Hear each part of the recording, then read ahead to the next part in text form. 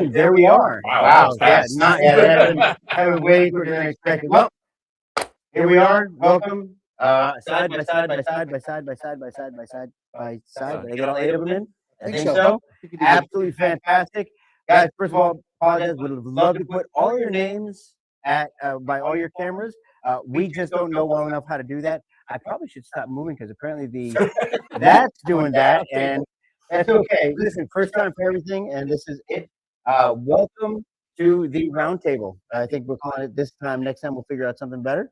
Yeah. Okay. We can go around. Normally we kind of do a little bit of rambling before we do anything, but we can go around and introduce if we want. For those that don't know anybody, start anywhere we want. How about you, Wiener? Wiener, hey, everybody, I'm NuBreed, from NuBreed Airsoft, Rob Wiener. Good to meet y'all. I'm Sisu. There we go. Just two. Okay. All right. Bubba Patnode, Task Force Raven out of New England. There we go. Papa from Den Outfitters, welcome to the End of Airsoft. Joker from Players One at Airsoft. Snick, Operations Manager, Third Coast Airsoft. Sal, Chief Operations, Third Coast Airsoft. Kevin Walker, CRISPR, TDZ, and Operation Lion Claws. Are you taking you trying to catch up to Yordi with all his 17 call signs? Oh, isn't that No. Yordi's got Smash. He's got heavy hands. He's got battery. Let me just do a quick PSA. Hey, if you guys are watching in here, even though this is a live stream, it's an interactive live, so you can really help us out by go ahead and sharing it out to all your friends and family and liking that stream. And if you haven't followed any one of us, please do so now. Back to you, sir. You're so much better at that than I am. I'm terrible at promotion. So obviously the idea behind this, we're all here. We're here on a Wednesday, which is thank you very much for having us, Sal. It's absolutely fantastic. Getting to get out here and having everybody together to do this. First time we've had in-house, everybody together, ask the questions you want to ask, get the answers you didn't want to get, and let's see what we can do about this. There's a lot of opinions out there, a lot of things. Snick asked earlier before we came on, why is he here? Still wondering. Because he's Snick. Listen, you have answers that are actually well thought out, as opposed to some people who open their mouth and words just tumble. And yes. Sorry. That's why you're next to me. It's okay. So again, it usually takes about 5 minutes or so. People catch on, catch up, do that. So we just kind of ramble a little bit. But Sal, where are we right now? First, I'd like to thank we brought the heads of all the families. No, we are currently at Guardian Center here in Perry, Georgia, getting ready for Serious Viking 7. We're actually supporting Guardian Center's promo film. So huge thank you to everyone that came out early to do the role playing. It promises to be an awesome time. Just wanted to see the AO in a completely different light. And like I was talking to the guys and gals before, the team building aspect. You mean like Wiener? What is see him in a different? Are we seeing Wiener in a different light? That probably is. That's probably exactly what's going on. Because that's one eye talking up there. He's older than I am, so yeah. It's hardly thought possible, but yes, I believe you. That's He'll deny it. yeah. Wiener, welcome both your new hips. Thank you for being here. Your hips, knees, shoulders, all that. So thank you very much. I'll throw my little PSA out there. Look, be on the lookout when you see the promo video for the juggling bear. That's all I'm giving. That's all I'm giving. Listen, the rest of you get to show your faces. I'm there's just going to be a juggling bear. That's all I'm saying. And every time you turn your head, the main screen moves. Just saying. Does it? I got to sit like this now. That's terrible. That's not me at all. Okay, though he's sitting underneath his sign, so that's even better. That's okay. We just took Kevin completely out of the main center picture. How did that even move? Right? If you two had switched seats, we wouldn't have to see Mark's face. It'd be okay. It'll be all right. We'll figure it out. I mean, yeah. Can I do that? Will it move again? It didn't move that time. All right. Right. So with that in mind, all right. So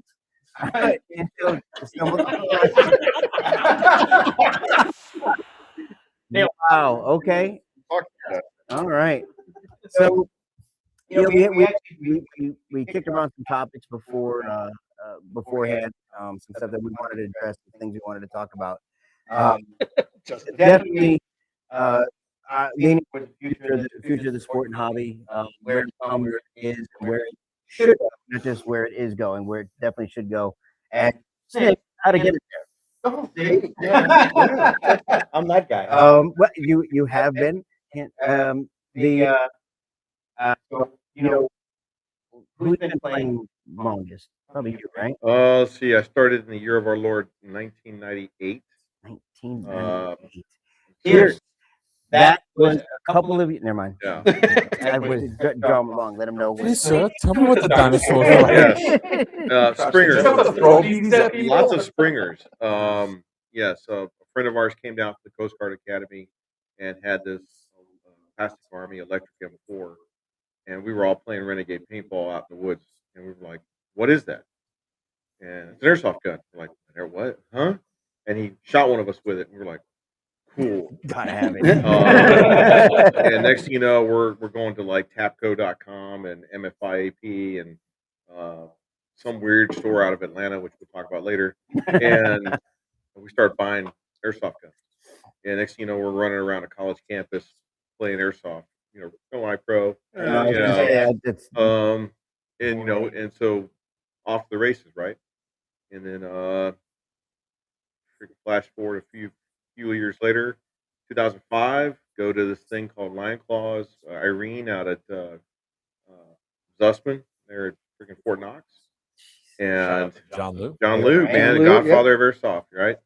And holy cow, like this is wow, this is bigger than anything I showed up. I had a plastic, fantastic, M83 M4 that screwed together and snapped together, and the guy's like, "Hey, you don't want to play with that. Come over here, and use this." Like, oh, okay. And dude, Question about that one. I got to ask because we actually talked about this on the write up. Ryan had no idea that this was a thing. Was the battery the magazine?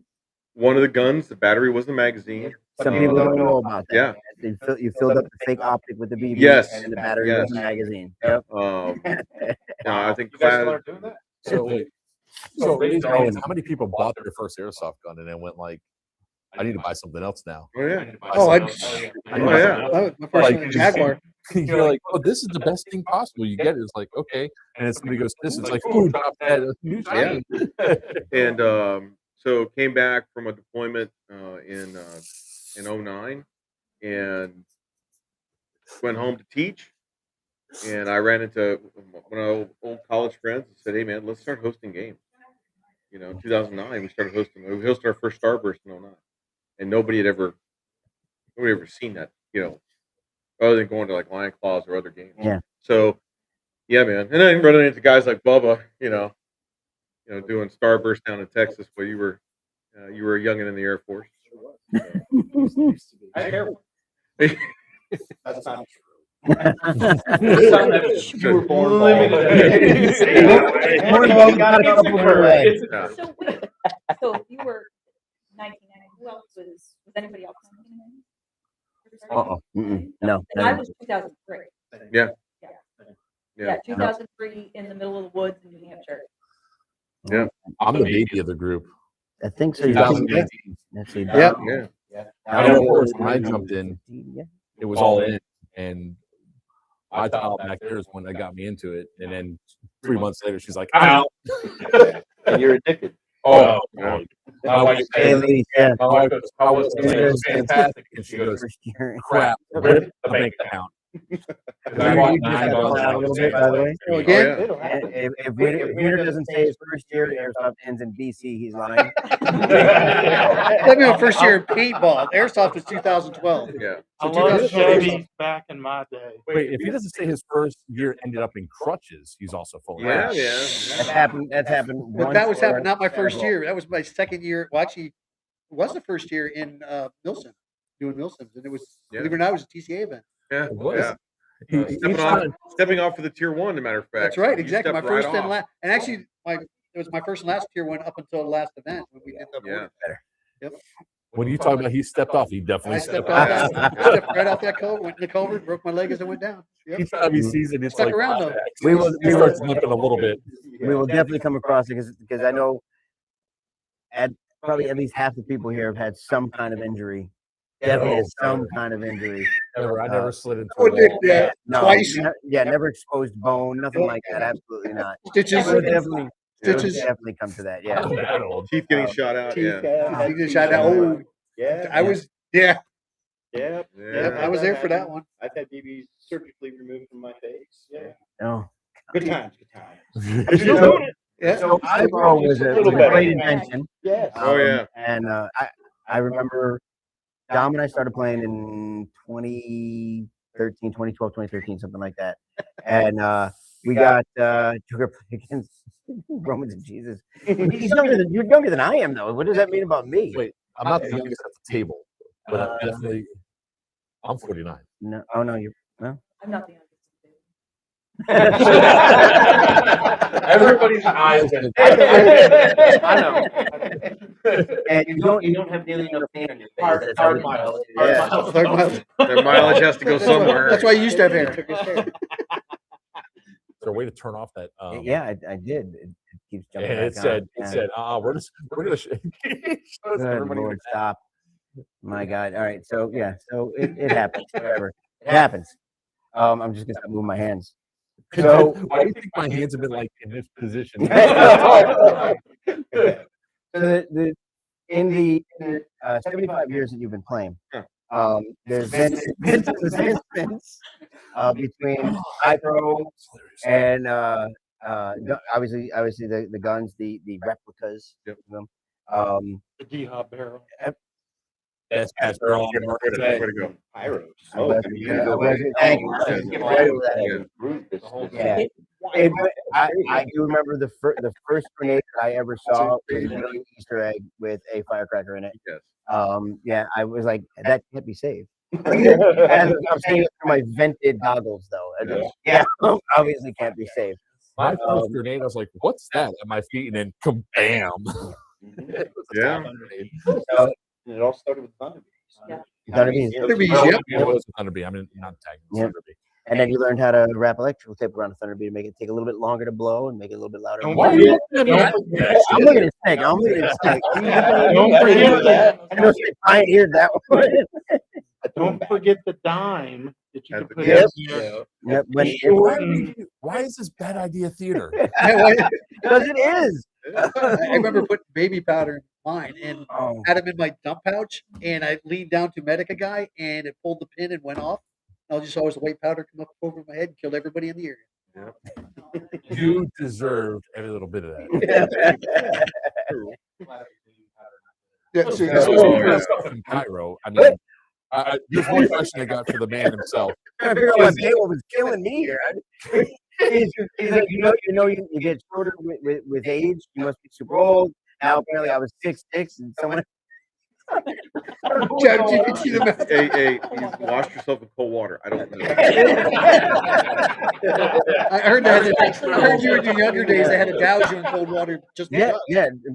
Take me out, try to stretch me back out. That doesn't work. We'll bring you to Willy Wonka's taffy puller. So, hold on now. Wait a minute. Taffy puller. I don't know if this is an adult ride. I'm just asking. Anyways, back to the man himself. Yeah. Are they allowed to add anything into the Thunderbees or anything else to have a greater effect? Like, especially when it comes to launchables, the only thing that should be inside of them is the chalk that's packed in them, right? Not fucking glitter. So Lord Jesus, Or this Skittles. is Airsoft Roundtable. We're gonna be here for a while. If you have any questions, anything you want to ask anybody here, by all means, please throw it in the chat.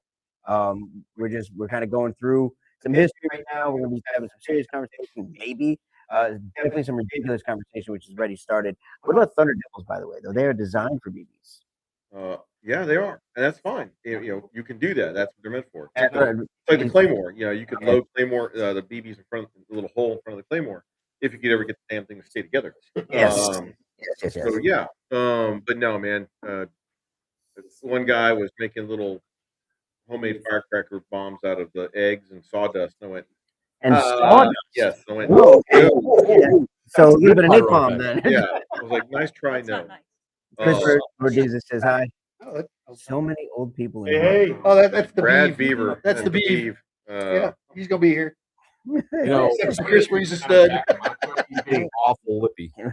Let me, But I guess to bring the to bring the round table back to the round table. better. I Feel think wonderful. what got me really hooked Peter in had airsoft was that Irene in '05 when I saw they had vehicles.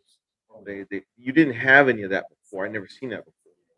And you had two factions, very mission oriented. Yeah, it had us hooked. And so when we did our first event, we brought our own version of the stacking cups. You know, put your color cup on top of the other, and that was the first objective of Third Coast Airsoft. Oh wow. You know, and so guys had never seen that. We're like putting objectives in like crossroads and a little village. And, you know, everybody's like, "All right, awesome." And then we move them. But it was really just the stacking color. You know, like put your color on top of the other guy's bin. And we've seen some event producers still do it that way, and it's like, okay, that's like 19 years old, but it still gets after it. It still gets after that mission focus. The challenge is getting players, Raise the flag. Talk yes, the flag. Yeah. Yeah. you know, getting players bought in. Yeah, So Irene was your first. first big Christopher, one. Yeah, Christopher was what was your Man, so I got into airsoft a little late also. So my first technical mill sim, and I'm going to use that term so loosely. Snick was there at this one too.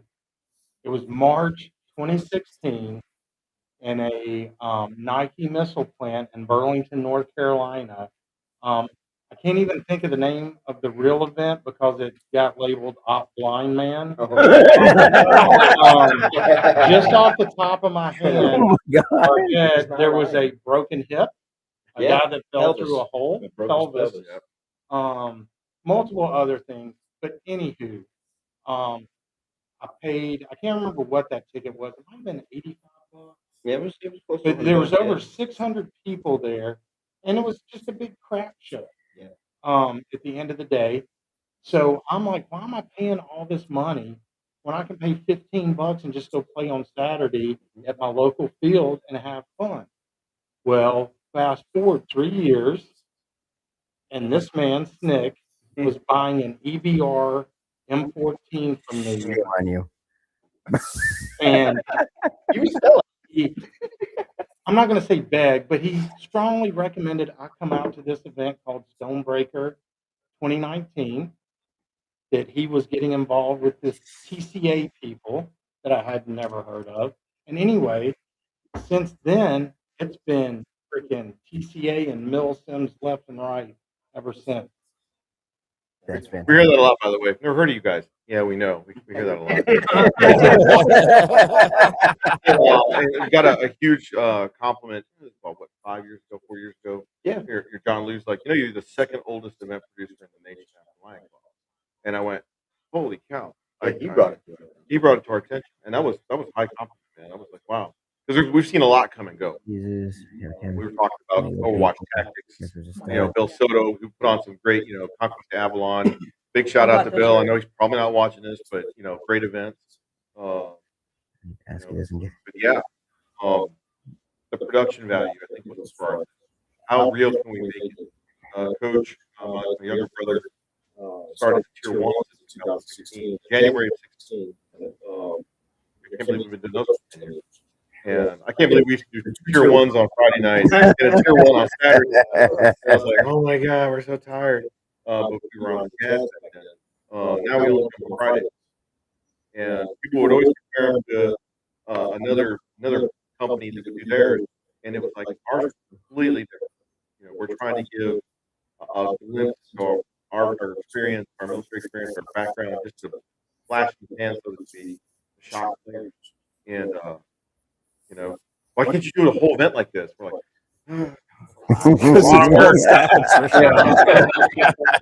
Staff attrition. yeah. So keeping in the Snick, what about you? What was your first? Was actually it was we'll call it a milsim event at a local field, which really got me into wanting more. My first major event was Red Thunder. I think it was out there, community decisions in North Carolina, mountains, we hold Folder Gap every year. Oh, okay. So I went to that event and then followed right up with a Folder Gap, and then it was like I wanted more.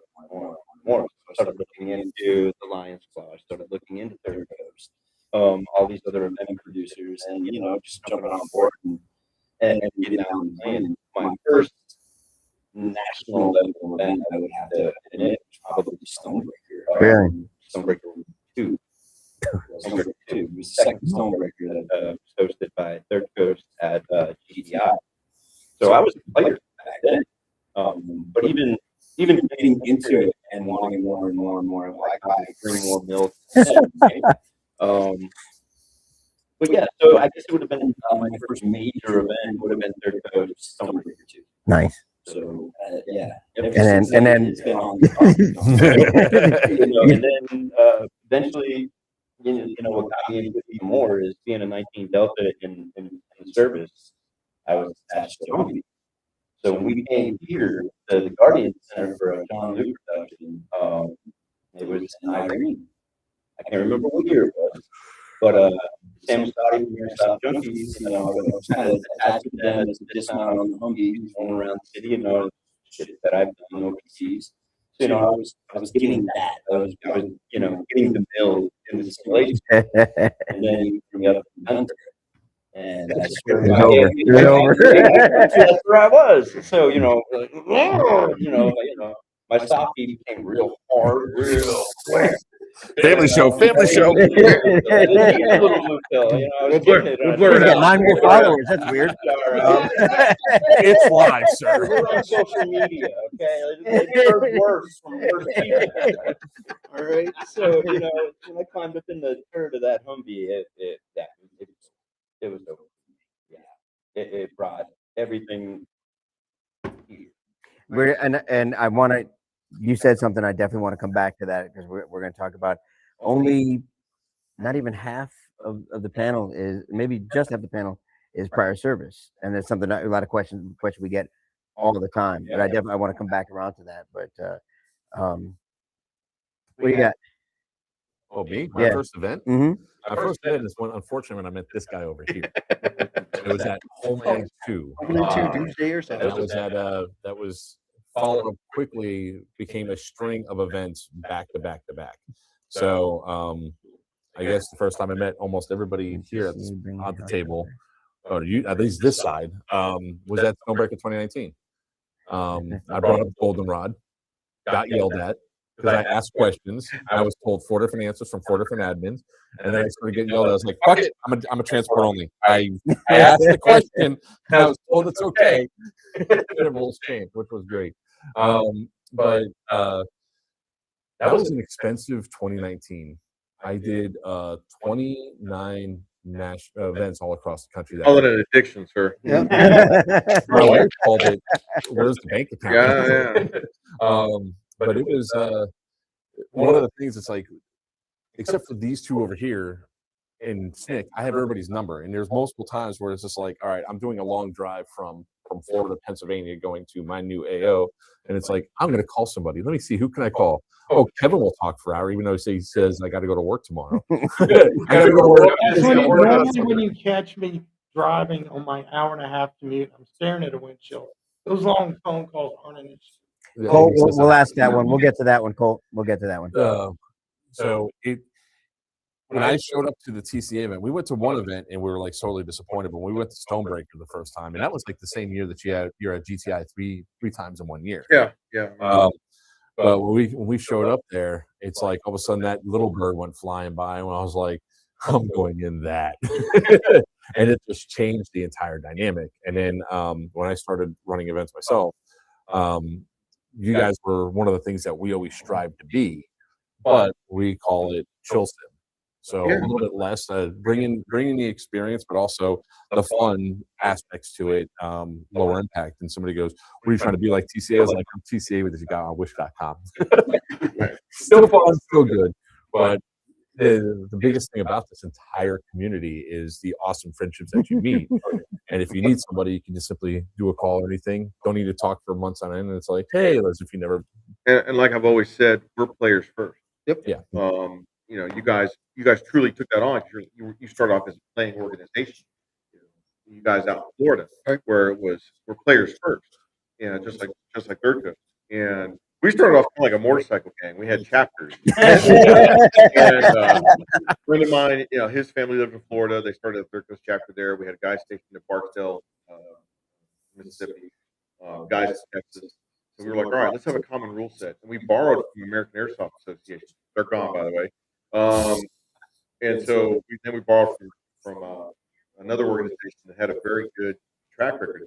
A3, American Airsoft Association, actually got Airsoft recognized by the President's Council on Fitness. Oh, wow. Actually made the top 50 go outside events. So we used their rule set for a long time, and then we started tweaking it because something just weren't evolving with the times. Mm. But yeah, man. And that's interesting because Wiener and I had the opportunity last year to go to Denmark. We got invited by the Danes that we met at Miami Airsoft, and they brought us out there. And then, of course, poor timing, the two friends that brought us there let us stay in their summer cottage while they came back to the States. It was Texas. So when we went around and did all this stuff, it was kind of interesting seeing just the different dynamics between U.S. Airsoft and Danish or European Airsoft. Yep. So UK, it is completely different. yeah, Yep. like It was so much fun, dude. it was a lot of fun. People in bed. And they were not ready for us. Like they're like, what are you doing? Like, unlimited respawns, right? Yeah, okay, I'm gonna go die. Wait, what? I'm gonna run up and be hit. I don't care. That's my goal. That's attack. That's the objective. Let's go. Yep. And then of course also we didn't realize like the time, how the sun just stays in the sky for a lot longer. Are we running another game? No, it's late. It's like, what time is it? Holy shit, it's 10 o'clock. It's still light out. Nice. I started with him actually. Yeah, Doomsday. That's right. Yep. Doomsday Airsoft. Overwatch. Tom actually went to one before I did. I actually sent him with Shepard because I couldn't go. I had to work, and I trusted this guy. He had 7 kids. I definitely trust him with kids. And he knows how to make them. I don't know. He knows how to keep, but he knows how to make them. You always trust the fat chef, right? So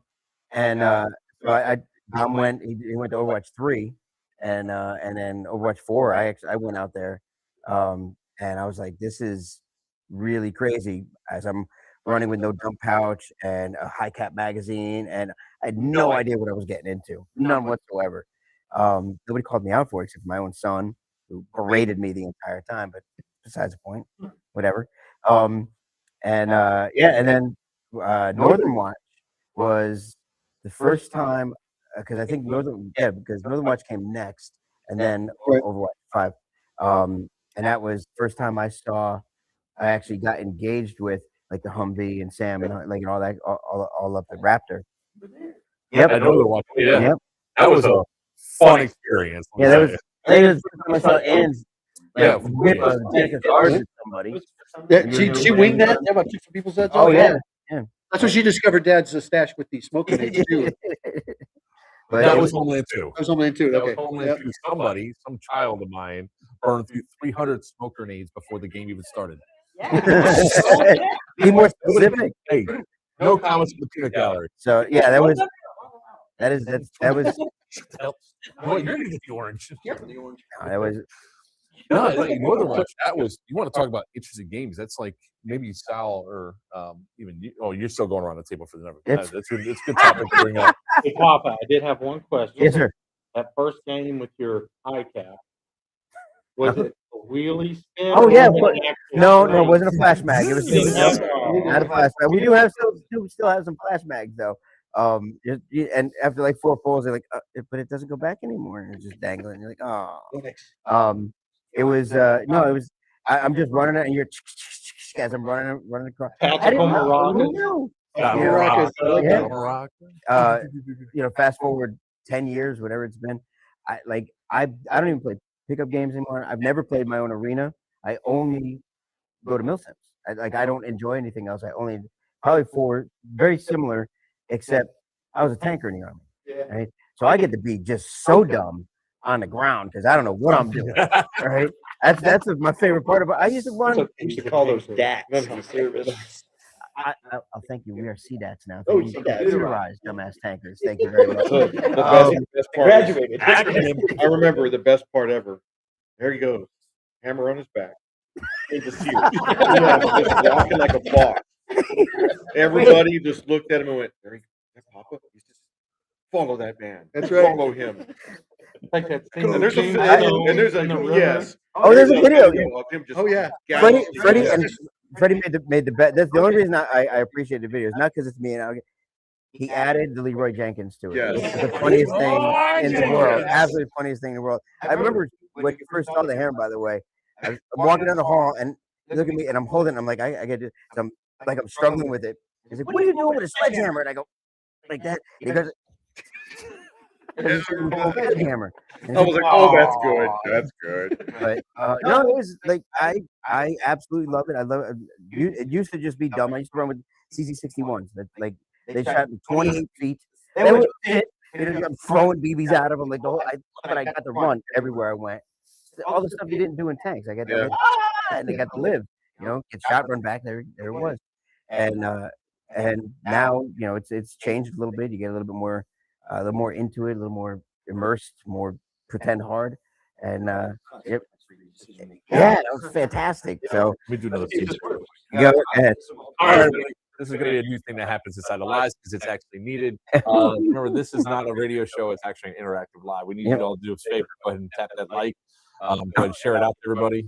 Let's get it out there. If you guys have any sort of what is it, the stars on Facebook? Go ahead and hit those up too. So it Stars? actually, There's that stars? stars Is is that a new actually called stars. That's the TikTok equivalent of gifts, and we're not on TikTok. What? Oh, TikTok.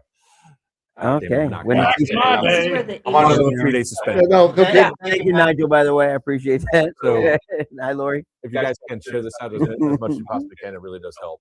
And Brad's starting up now. So my first Milsim was at what we call the birthplace of Milsim Northeast. And it was at Colton up in Massachusetts. And the Battle for the Colton series in 2005, right? Very green versus and very like classic Army spoken versus always. And we'll hope for the best, right? A year later, I'm in the at the Air Force Academy and bringing together a core of knuckle dragon cadets to go, we can make this a thing. Let's do this, right? So we go out to a thing called Opposite Strike on the Colorado border, Colorado-Wyoming border.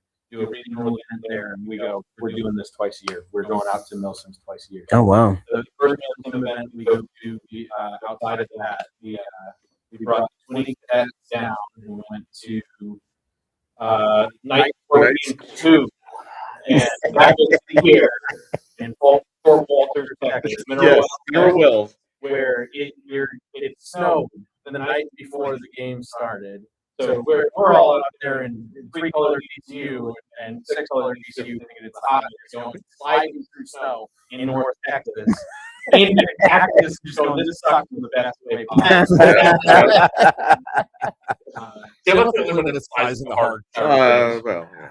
So that from there I was hooked, and thankfully I got to hook up with Sal after I graduated, and we started doing stuff down in Corpus. Yep. Getting outside of San Antonio, doing some insurgency weirdness.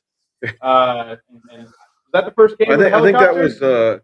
that was Operation Just Revenge. Just Revenge. And that was in Hardwood. And I was totally distrusted by you at that event. I remember. Yeah. I recall We were the insurgents, so That's right. yeah. I'll ask Johnny. That's my guy. He missed out on getting a ticket. Are there any tickets left for the helicopter? No. None whatsoever. Yeah, full out. Here There at you go. Guardian Center. When those things go live, it's like bye. Yeah. They're going to be And- going bye. Cole asked that, so we'll definitely come back to that as well. Absolutely, we're gonna come back. To Yeah, we'll definitely ask you. That's, Just ask a good question about position locator tracking tools like TAC and Aries. We'll talk about that.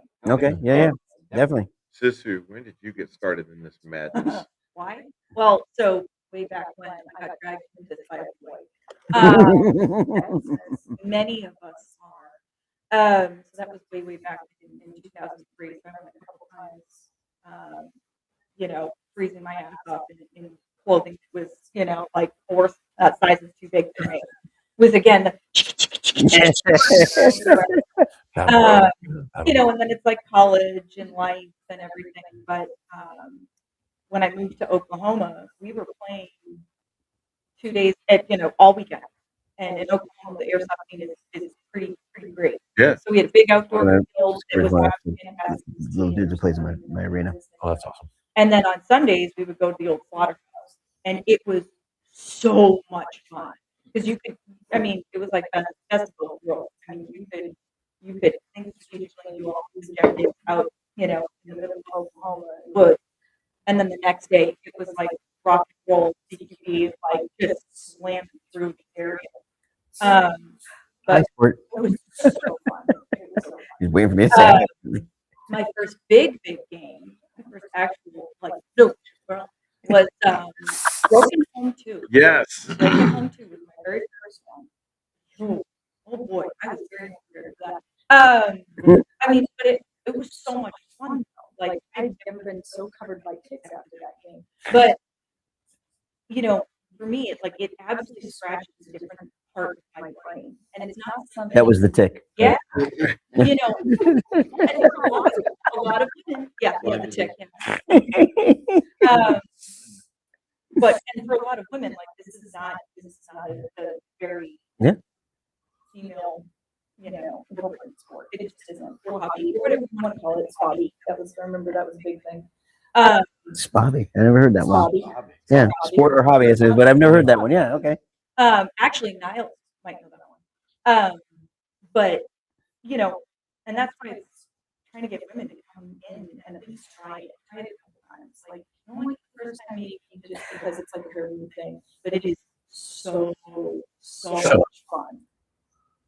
You okay? Yeah, I'm Like good. You like you're about to explore. No, okay. But yeah, so and then Phrasing. It's all thankfully- phrasing. You're welcome. It's my gift. Thankfully along the way, there's been a lot of people that have been willing to, say, hey, sister, this looks like something you enjoy. You want to try this? You want to try this? You want to try this? So every time it's like, okay, we'll push the envelope a little bit more. Push the envelope a little bit more, and it's like I'm happy to keep breaking ceilings. It's fun, and I want women to try this. Okay.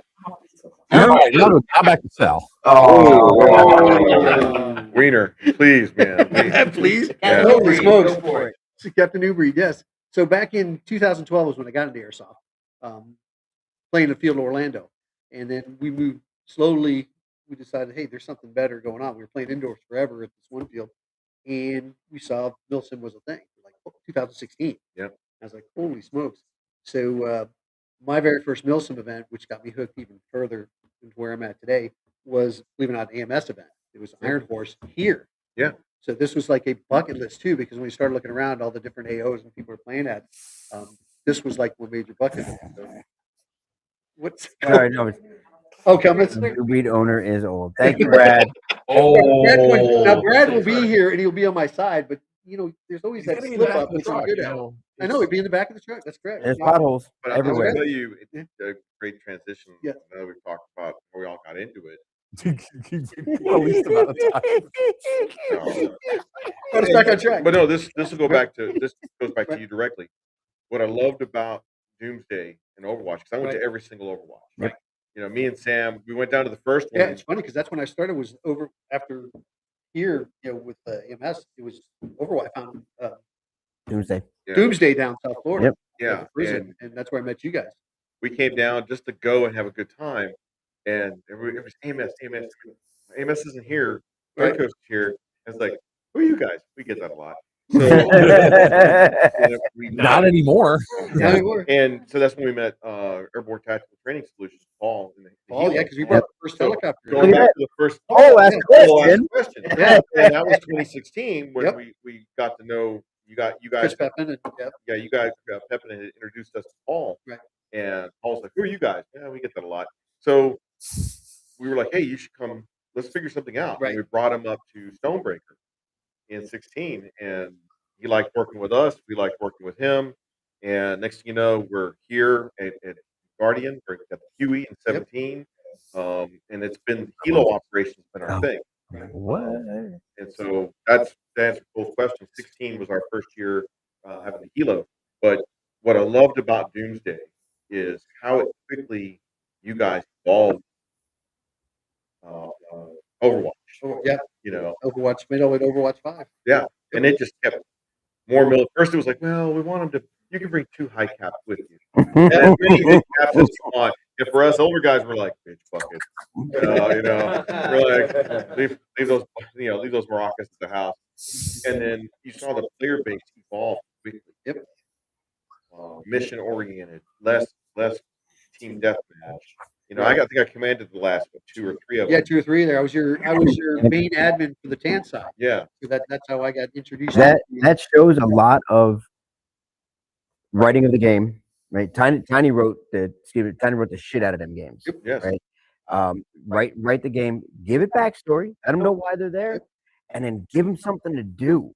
It's not just force on force, not just guys trying to blast each other in the face. Oh yeah, Give them something to do, and they will actually come out and play, and they did, and then you guys do it. There's And that's the problem solving thing. That's what got me. Yeah, Yes. Was the problem solving. Yes. Like I can force on force all day, sure, fine, whatever. But like, you give me something to unravel, and I'm like, Yeah. Well, that's kind of like what we do now. I started out as all the cool AOs. Let's go to cool AOs, and it was actually TCA event at GTI, where it's mission based, and that's the way it's been. Mhm. Like for me, it was back then mission based all the way, and I don't care about the AOs. I mean, granted, the AOs are cool, but you Right. get mission based, and you meet more people that way, and you're involved in command, and it's just that's kind of what I've been doing with NuBreed Airsoft, where I started that Right. 2 years ago. And NuBreed Airsoft was to bring those airsoft players up to the Milsim levels. When they go, they don't have like deer in the headlights when they show up and go, oh my god. And Exactly what it was. That's what it was for me when my first Milsim event. So we needed something like that. That's why I'm now running NuBreed Airsoft. progression is amazing in airsoft. Everybody here, most everybody here actually has formed a company or joined a company from becoming a player. You and your company, you're welcome. You guys suck. You know what? I should shut this down right now because this is where That's right. Your damn screen. It's stupid. You should open up a store. Yeah. Am I wrong? No, I wasn't fucking wrong. That was right. 30,000 square feet later. Thanks for that. Somebody's Oh, God. Talk to them and doing It was, but I mean, that's how much. And as you were saying, it goes. It's almost you went from I'll just take a little hit, just a little hit, and then you mainline it like what, I'm gonna start selling this stuff. You didn't put it like that. I heard that's how I heard it. That's all. Okay. That's exactly what I heard. Oh, that's a good question. That's a real good question from Cole. I just want to point out something that Sal said. It's the problem solving, right? We were at one of the Stonebreakers, and Green was trapped on what they were calling the bad spawn, and we're trapped outside. I think it was Iron Fury, matter of fact. It was No, the one Iron Fury that we did at GTI. Yes. And it was we were stuck outside. And then Sal goes, figure it the fuck out. And he comes out pissed, right? I said one thing, I was like, man, I wish we had another entry point to Sam. Big mistake. Never do that. Because Sal's gonna come out, throw his fucking Gatorade, and start yelling. And he goes, why the hell would you say that? I was like, I got out. I just wished for another. He goes, you can go here. Like, oh, and it was like, that's the figure out part. And that's when I learned GTI to such an effective way is that sometimes when you're in these games, you have to think outside the damn box. Yeah. Like that one of those same games in the night game, we had all these tan dudes that were, or green dudes that were just stacked up along the side, and you were going so slow, so slow. Here's me, I just walked right past them. They go, somebody's in the door. I kick open the door, shoot 2 guys, kick it shut, and then they were grenading. And next thing you know, you see the headlights coming up over the hill from the Humvee. They stayed, and I'm kind of like down the tunnel, running away. So you don't have to be tactical. You can just play and have fun and do stuff. Unless, I mean, now we have the medic bags. So, it's an unlimited respawn game. You can always get back into the fight. Remember that. Now, if it's a one respawn game, okay, be careful, but fuck it. So the interesting piece about our games, going back to what Colt said, is technology, right? Yep. And you said it back in 24. You guys are just bringing it. 24, 25, we really opened up the aperture because the player base was ready for it. Yes. Me and Bubba, we talked hours about how do we drag the players into Mhm. combat sim? You know, big big shout out to Dave Cardenas over at Centurion for coining that phrase. Sal, we do combat simulation. Mhm. And I went, oh wow, dude, you're absolutely right. That's what we do. So combat simulation meant we can bring much more. The medic bags, getting them to stay in a unit and regen forward. Okay, how many hours do we agonize over objective placement? Hours. I mean, Hours. Hours. it's we've been to GTI, counting all the events. We've been there about 17 times with all our events there, and no two events have ever been the same. That and don't stop there. But I want to interject. Something that gets overlooked that a lot of people don't respect is setting up a game is not just setting up a game. I've run a couple of events. I had Toucan, he was my game writer. He absolutely you can have a great idea. Be like, yo, this would be awesome. Okay, that's the theme. Now how do you do it? Well, no, there's more to it than just be like, tell them to go find that rock. No, there's so much more to Right. figuring things out. Find a key to open a box. That box, when you open that box, put the code in. That code gets in, then defend the code. Well, that's just one objective. Right. How do you keep that going for 36 hours? How do you keep guys 5 evos? That's how companies stay alive. That's how that occurs. And we talked about Thunderdome. Your the mall games there in Raleigh, Durham. You know, how many times we talked about first one was like Grand Theft Auto in a mall. I mean that was awesome. And then the next one we had The Battle of the Y. yeah, the Battle of the Y. Yep. You guys Definitely evolved every yeah. single the RFID 6 of cards. them, yeah. Jesus man. more Toucan cool stuff. Yeah. Well, and it's funny that you guys are like, especially with all the technology, and this is going to lead into that question too. You can introduce all the technology in the world. Of course, garbage can't make it Mhm. thing. Player So- buy-in. So well, and exactly. So if I'm using DEO stuff like I've done in New England and everything, and even when I used to do all the combat controller stuff, it's one of those things where you look at this group of people that are standing in front of you, they're expecting you to give them a great weekend. But at the same time, you have to remind them, you spent the money to be here. I can show you the door, but you have to walk through it. You have to keep coming through it. It's not just I got pissed off because this one person did this thing. Yeah. I'm gonna rage quit. Okay, take your little quit fit, have a snack, and then come back to play that. You spent the money here, so be it. Right. The technology is there. iPad and all of these other platforms. Oh, well, my battery might die in my phone, and then I can't live stream. Okay, dude. Like, I don't. I want that to be your new character, by the way. I'm feeling attacked here. Okay. But the big piece is I love seeing back up for us when I can. Leaders weren't finding me and telling me what to do. Were you trying to find me? Where were you? I was in the parking lot. Yeah, man, Yeah. the whole Field, time. yep. And we try not to shame the guys. Like, hey guys, remember when I say every iron dagger? Remember, you bastard. Yep. Oh yeah. Yeah. Whatever. A perfect example of evolution of technology and getting player buy-in for it. Drones, sitting right over there. Was it not Iron? What's the AO that's not there anymore? That we can't. Villageville. Yeah. Villageville. Right. First time I saw drones used. Thank you very much. And they were barely used. You tried, but we were like, oh look, he can see something. That was now let's go 4 months ago, 5 months ago, and we're delivering med bags Yes. with drones. Yes. We've got night vision on drones. We're calling out targets. We're moving vehicles with drones. We're dropping ordnance. Yes. Yeah. It is now not just a part of it and not just 2 people using it, but it being run via the talk, Yes. sending it out, gathering intel. So somebody brings it, you agree to it, put it out there, and make people use So it. And people will fall in love with it. The funniest part. Go ahead. Before you forget, hurry. No.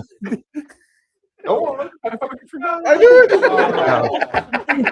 That was the old one. So- That was the old one. So what I love telling my guys at work, leaders at work, was like, you have an airsoft game where people are in a target cycle, detect, decide, deliver, and assess, and guys are so proud. Oh, we flew 4 UAV strikes at ATC. Oh, it was great. I'm like, last weekend we flew 40. I remember I was going to say, can we shoot down the drones? So, no. Are we flying drones with the helicopter? No. Yeah. So Sorry, there's a specific reason why I asked that, because I was literally asked that question just the other day. I was like, no, So if the bird's in the air, we can't fly drones. yeah, there's certain situations with us here at PCA that will prevent drones from being, and Hilo is a big one of them. But with the technological advances that are coming on with the Aries and a lot of these Blue Force tracker systems and everything, I'm not going to disclose a whole lot, but like we have a system here at Third Coast that we have implemented called Service. It like when you walk into one of the talks, it's right there on a computer screen. You can digitally see what each objective is on the field, who controls it, who has controlled it the longest. So the whole But what you see, it's evolving into the fact of, when we're getting to the drones now, we're upgrading service. I don't want to disclose too much, but eventually service will actually be able to shut your drone down if there's certain objectives that are held on the field that give you the power to do so. So the buy-in is coming, the technology is coming where drones can be electronically shut down safely. Yeah. It's improving. No, we do not allow you to shoot BBs at the drone. We are tagging at the drones, throw grenades at the drones, launch our new motor systems at the drone. But the electronic technology is going to be implemented to where if an EMP strikes, guess what? You lose the ability to fly that drone. If you have certain and control certain objectives on the field, it will give you the ability to shut down UAV operations in certain areas of the field. These are upgraded technologies that are coming, that are coming. It's coming. It's a technology that has to be designed and implemented, and we're working on this. So the ability to shut down drones via shotgun, no, you can't do that. But the technology to safely shut them down and to simulate the experience of UAV being shut down or EMP going off, or all this brand new technology that is coming out. You just came from SHOT Show. 2 years ago, when we were at SHOT Show, they had a shoulder-fired EMP that would literally crash drones out of the sky. They would just look at it, Those drones are pretty. Yep. right down the ground.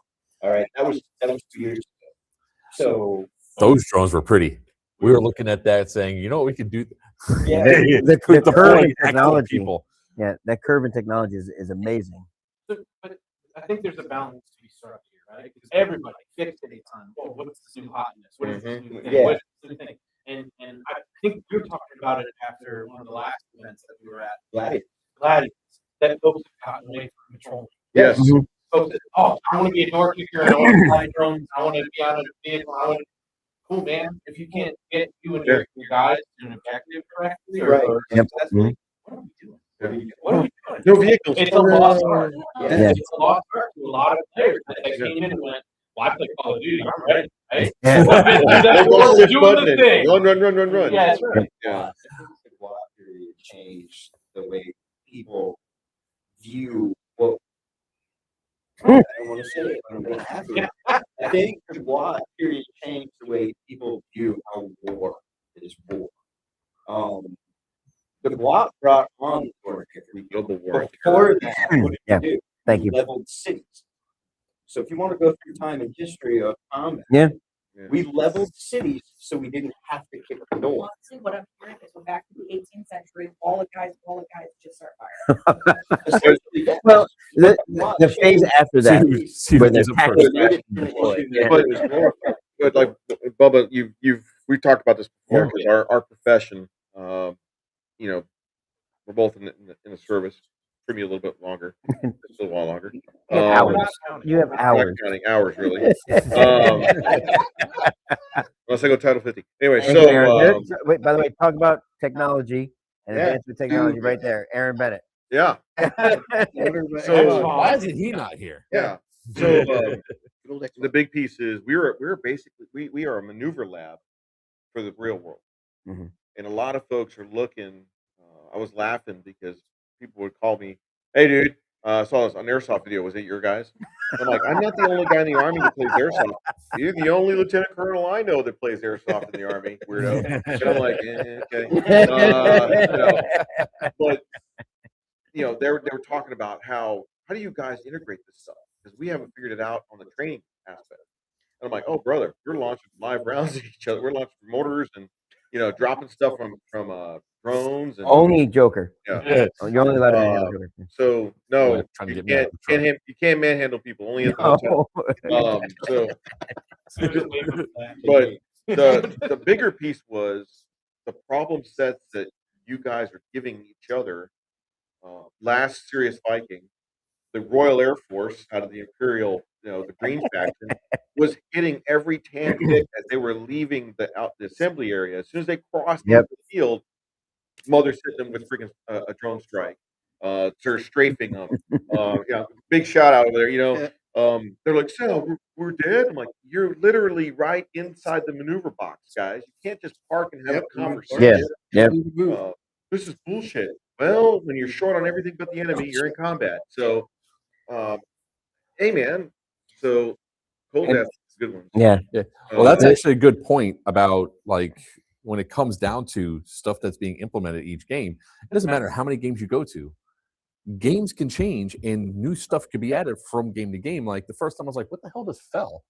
And that was the first time I got hit with a drone thing. It was a orange green tennis ball. I was like, I sent somebody out of my truck because we were already dead. I was like, what the hell was that? Right. Remember, it's like it's a tennis ball with this. So I came back to the thing. I was like, what the is this? Yeah. And you go, it's a drone delivery. And I was like, since when did this come in? He goes, did you read the rules? And I was like, yeah, I didn't see anything about, it's a drone strike. But I didn't know what the ordinance was. So it's like, it's important that you guys look and see this, because the other side of that, if I didn't call it, if I wasn't already dead, like, oh, look, there goes that vehicle driving away. Well, sometimes ignorance is. First of all, I want to bring up the fact that Mark said he read the rules. Yeah.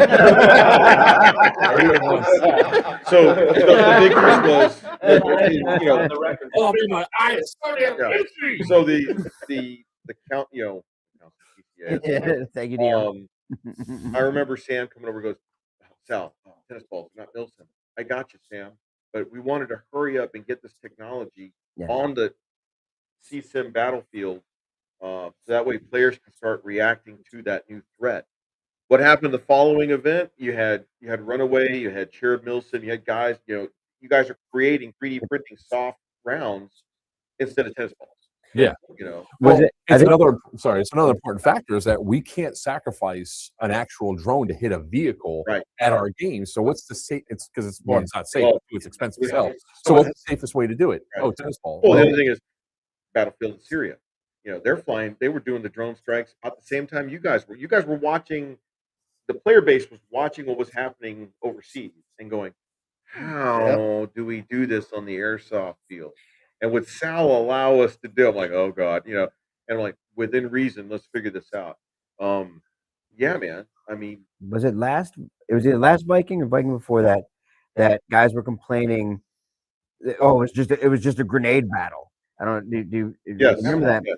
Well, here we are now. Guys are carrying grenades now. People are carrying.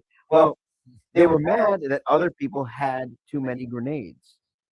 So you're mad that somebody figured out how to increase their technology.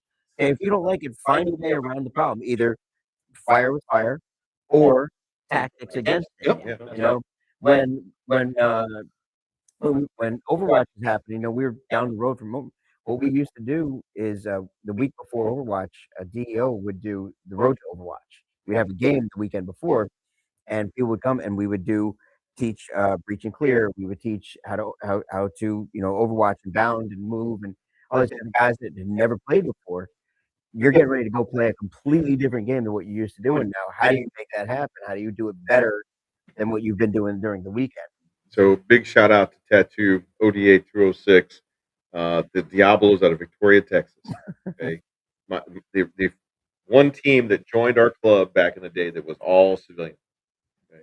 I just pictured Sal wearing like his colors on the back and the vest. Oh man, those guys are to this day there's a few of them that still play, but those guys would bring in some interesting tactics, and they would never complain about being unfair. Oh man, you guys. One of their teammates who they kicked off the team goes, tactics have no place in Airsoft.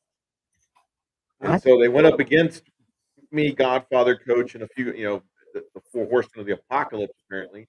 And we went to the floor with them, and he turns around and that tactics just kicked their ass. And after that whole team was like, teach us. I've seen guys with pistols beat whole platoons with long guns. If you're a tactician, if you play right, doesn't matter what's in your hand. You can still get Long it. said it's this. Yep. And this. Spaz used to say, Yep. The player makes the gun doesn't make the player. Right. Yes. Yep. Well, and that's This one when has some you have to balls. go back to basics, and technology won't matter. Yeah. You Right. know, even up in New England, like for one of the big local promoters, like every Friday night, typically will run a whole like night fighting course because everybody and their brothers got nods now. Maybe they're not as new as whatever, but like how do you go up against an entire group with nods and thermals and all this other Right. fancy pants stuff when you've got a flashlight? Yeah. And it is wild to see some of those engagements after the fact. Like, oh, you guys are paying attention. You guys want to come back out again? No. But it's fun to see, like, when you actually go, oh, you know what? I don't need technology for this either. No. We're going to do this the old-fashioned way, and it's going to be real damn If you fun. can get good at the basics, technology is merely an An addition, an enhancement. enhancement. Yeah. Yes, exactly. Force multiplier. Yeah. This one right here has some balls. I say two Serious Vikings ago was the Battle of Grenades. It's like he was supplied by the U.S. fucking First government. of all, hang on. I don't know what. I don't- blowing up everything. So I don't what feel happened no. was- I don't. No, he's got one of those dolls. I don't No, throw they were grenades. launching. Yeah. So it goes back to like when you're talking about tactics. It's like I kept being tasked with my vehicle to go up and go to Nicole where these guys were dug in and they had all the ordnance. And you turn the corner and you're not getting hit with 1, 2, or 3. It's like 5 things come flying at you and you're dead. So it's like I go back to the talk and there was a pretty big. Wiener was there. There was a pretty big blow up. And I said, "You go back to Nicole." I was like, "I'm not going back to Nicole. I am combat ineffective." He goes, "You're going back to Nicole." I was like, "No, I'm not. I'm going to go take 3 other objectives. Let them keep fucking Nicole." I'm sorry. Nicole, I'm gone. And I went south. And they allowed, and then he sat there like, "Where are all the vehicles?" Well, that's where the complaints came in because they're like, "They're all the grenades up there," but it was mostly a joke that you guys were like supplied by the U.S. military But at the same time, outside. you're wearing out their supply of No. force multiplier. No. At some point, No. at some point, it's got to end. Yeah. When- I know when how we- it's Somebody wrong. throws that last No, it grenade. when we played Set fire to the Gladius, which by the way, I don't know if you saw it. Shout out to Yordi, my partner. He loves it. He wants more Gladius, more Gladius. Like he keeps talking about it. It was. I get it. I'm like, slow down. But we learned a lesson being up 4. We learned a lesson. We were on Sarah, right? Is it Sarah? Yeah, Sarah. Where the Yep. car was. Yes. And we're up there. We're doing great. We're holding. We're doing great. And all of a sudden, here comes a vehicle. There's 5 of us. Oh, that was We don't have any grenades. We don't have a launcher. We don't have any grenades. We have nothing. folks. We can't do anything. And they just parked the vehicle. I can't shoot at it. Can't do anything about it. We can't. Every time we try to get out and go turn, they Get start split shooting at us. Can't do anything about it. Okay, fine. All right, UK arms and grenade launcher. And I have a case of 50 cherub rounds and a handheld grenade launcher. That will never happen to me again. Supplied by the U.S. It will never ever happen to me again because that was the only thing that kept us from being able to get more of those. So it is an arms race. Yeah. Oh, So you have to be able to fight that battle. Yeah. I would we anybody that we fought skin on skin, we won.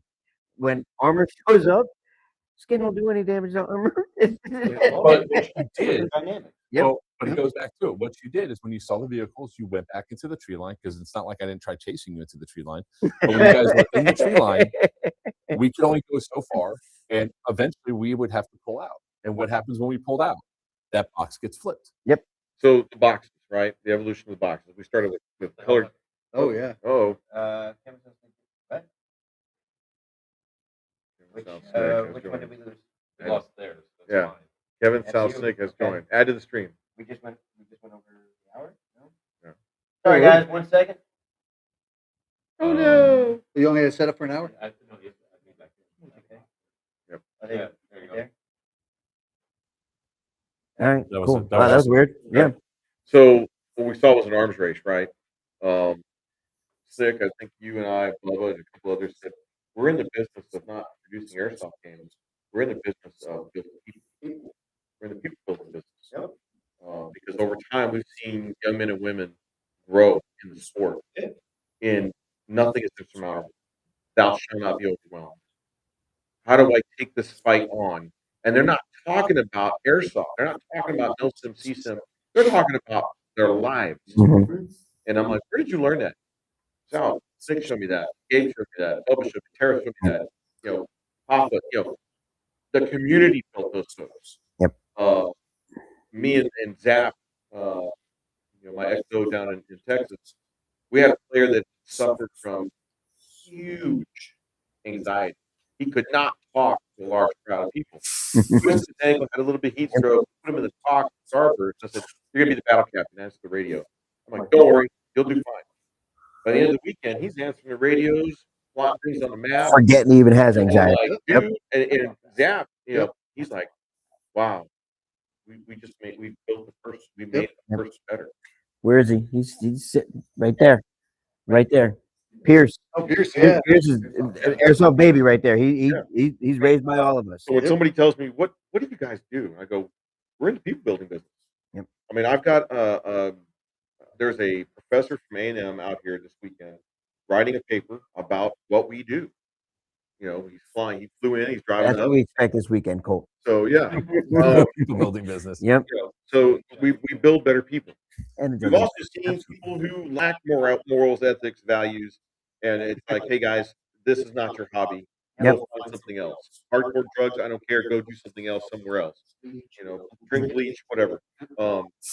he knows this. He knows this, and you've heard me say it before. The rules that I have in my field and in my arena are not for the people that come and play there. It's to keep the people I don't want there from coming. And they hear about those. There's rules, something they for don't want everybody. them coming. This may not be This yours. is not for you. No. And when you hold them accountable, Oh, if they don't Yeah. like it, and Oh, yeah. either they shape up and they and ship better, out. or they're not around anymore. Yeah. And And they won't. that's a very good point because when you're talking about building up people and just seeing how people develop and grow and everything, and it's also like everybody's job, whether we've been 87 years worth of airsoft playtime, but to also police our own, Yeah. continue to foster the community. Mhm.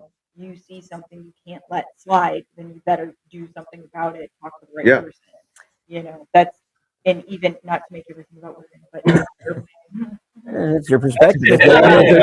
but no, but really, even for women within the community, it has changed so much. Mhm. From the point where it was like, oh my God, that's so cute. Who brought you? Or hey, pro tip, whatever.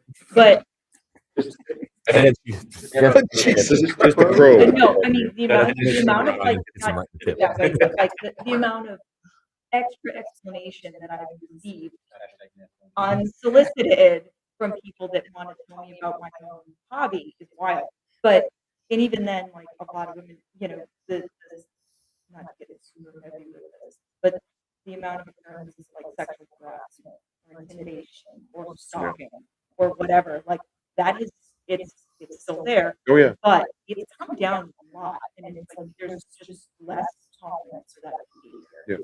Yeah. But you're gonna it's you went from an incredibly hostile to almost a lot of big brother environment. Yeah. It's not going to happen. We're going to respect you because it's not. It's becoming more and more organized, and that's that we've talked about that. Well, it also the culture we come from. We were talking about this before dinner. I've worked with female soldiers my entire career. Mhm. I've stacked and cleared buildings with lionesses. Okay, it's more than just a show. You know, on Amazon. You know, hey, we got an Amazon. You know, she's a warrior. You know, warrior woman. Let's do it. Yep. You know, Starbucks. You know, who's if you're watching, you're definitely missed. Those were not those. You didn't see gender. It was, hey, not only that, these women got on the field, stayed on the field. You know, Fatty McGee's over there eating a friggin', you know, his 12 PB and J out in the parking lot. Me and Starbucks, she's like, I'm out of BBs. I got you. You know, let's go. Well, it's still like bucket list for me. I want to get a whole group of like women, just all one squad, however many we can pull up, and just wreck house. Like just women, like rock and roll. What's interesting is that there's more and more women are entering into the Oh, sport. yeah. We see Oh, it. yeah. Yes. And it's sort of like how it was. I call it a game store mentality, like a board game store mentality, like a Magic the Gathering. You go in there and they're in the nerddom. Mhm. So you have people that are not accustomed. Why is this woman here? And typically those women are more athletic, so they're appealing. So it's like the one guy that we had to say, tongue in your mouth. What? I was like, you're staring at her tits in her ass. You know, it's like, you know, it's fostering those people to be like, hey, these are just people. Yeah. Treat them like people. You know, I don't know what to say. Hi, say hi. Hello. Oh, my take on it is that I judge them by their actions, their Yeah. performance. Yeah. Like I want anybody. Like it doesn't matter. I'm like, hey, you good? I need water. Okay, give me 2 more shooters. I don't care who they are. Yeah. Yeah. You know, can you There shoot? will always be And- lizard brain. You will always men will always want to protect a woman. That's lizard brain stuff. That'll always be there. Well, and But still you can- have thick skin, yeah, like, Right, but you have to have a respect BB and can supersede lizard brain. You can always have that. I have a question real quick. I want to just a quick fire kind of temperature thing. Resetting of a game because of spawn camping, spawn trapping. Right. Just listen, take like 90 seconds each, or a little more if you need it. But just I want to get. I think I know everybody's answer on this one, but I want to throw it out there Fine because game. Are you talking about the irrelevant.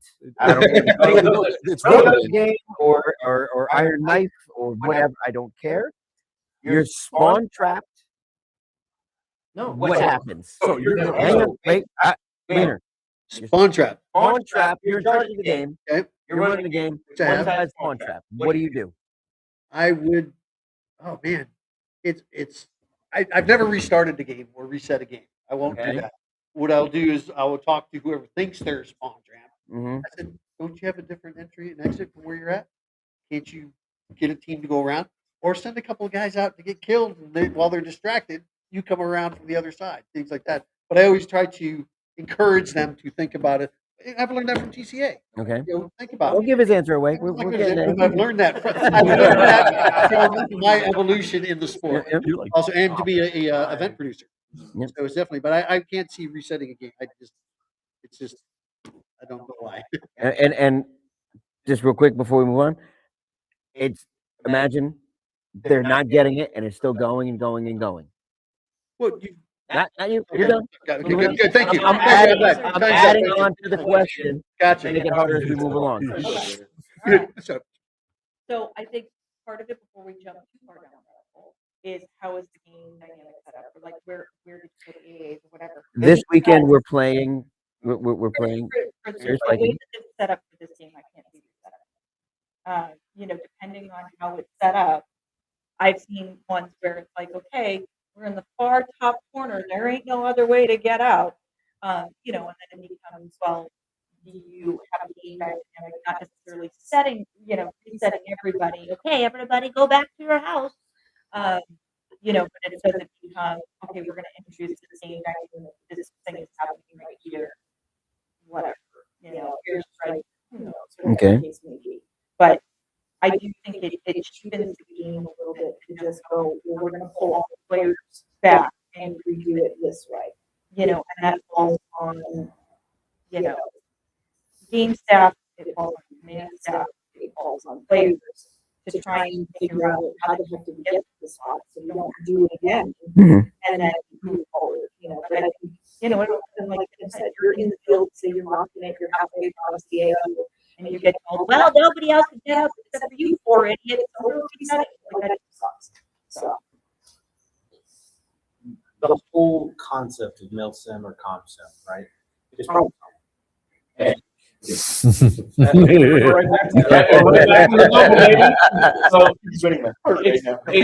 all problem solving. And it's like some of those for that they go, I have a sledgehammer, I'm gonna hit that nail.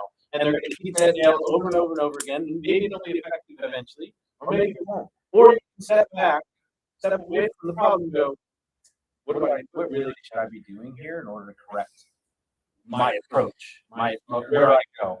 And I can tell you that 9 times out of 10, if you look at the map, you look at how things are playing out, you look at how the game circumstances are presented, you're going to find where that breakout comes. You're going to figure out what forces you need to allocate, who's going to be effective where to do the thing, right? And the folks go, well, this is entirely too hard. I don't want to do it anymore. You guys are related now. Just saying. But He did the voice. Did I make it weird? He did the voice, right?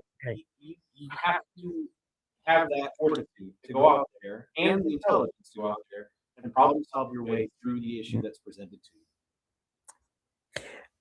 I think I've had fights over this because I refuse. I don't care if the game times out or we last 3 more days, whatever it is. I refuse because there's never been a time where I've seen there at the very least you can't have your entire team now in the spawn and set yourself in waves and just run and shoot, right?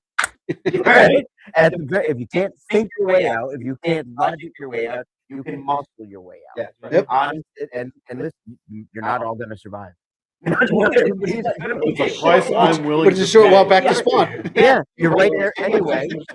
Push and spread and push and For spread. the Empire. Because those guys you kill got a longer walk back. I am adamant. Okay. Do you want to give them some advice? Sure, go give them some advice. Try to help coach them. Sure, that's what we're here for. Help coach them. In the end, you're not getting a reset. Figure it out. Well, I'm quitting then. Then that's what you just spent your money on. I'm not stealing somebody else's fun because you failed. It's not going to happen.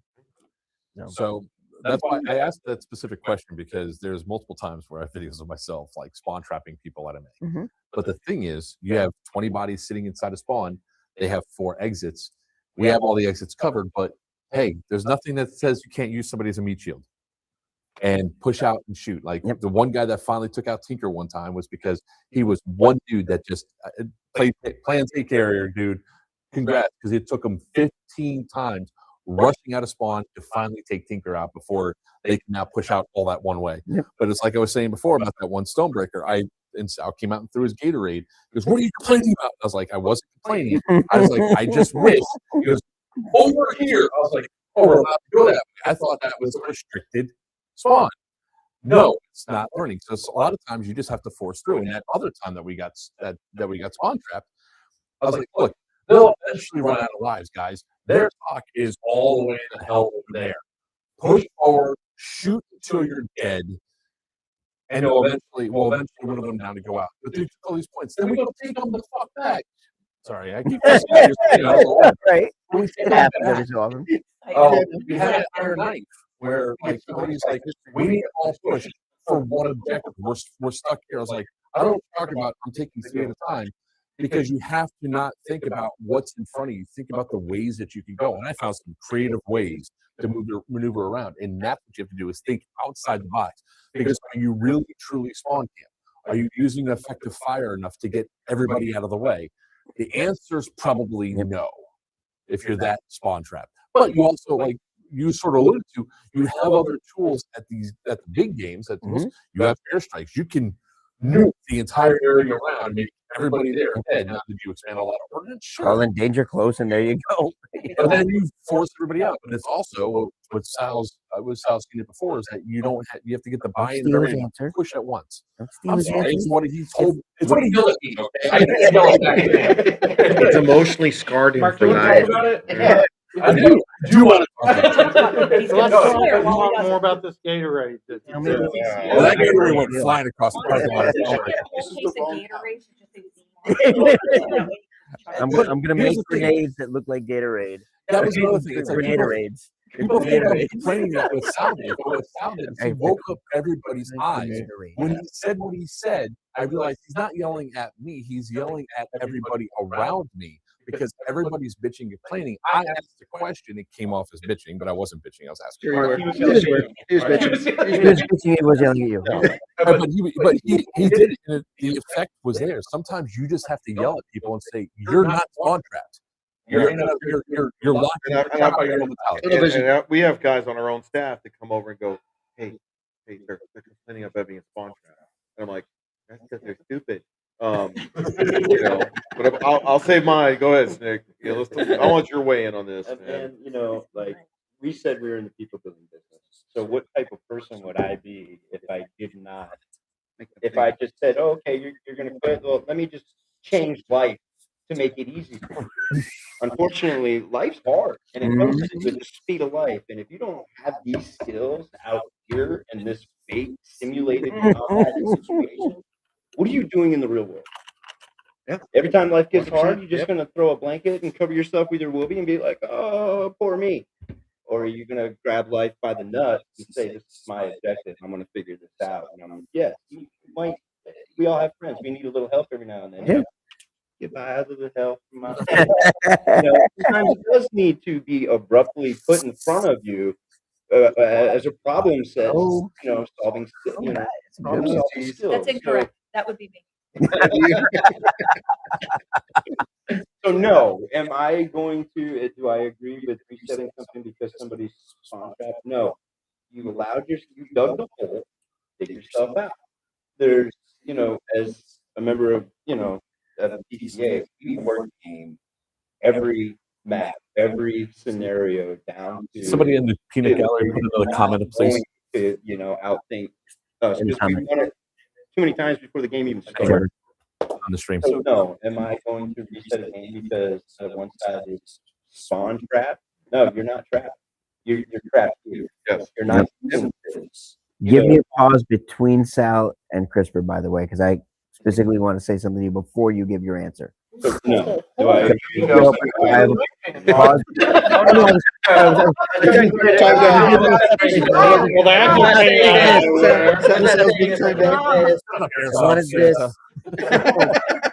But I wanted to say something, but I wanted to give that pause in there. So Instead of pregnant. maybe. Shit.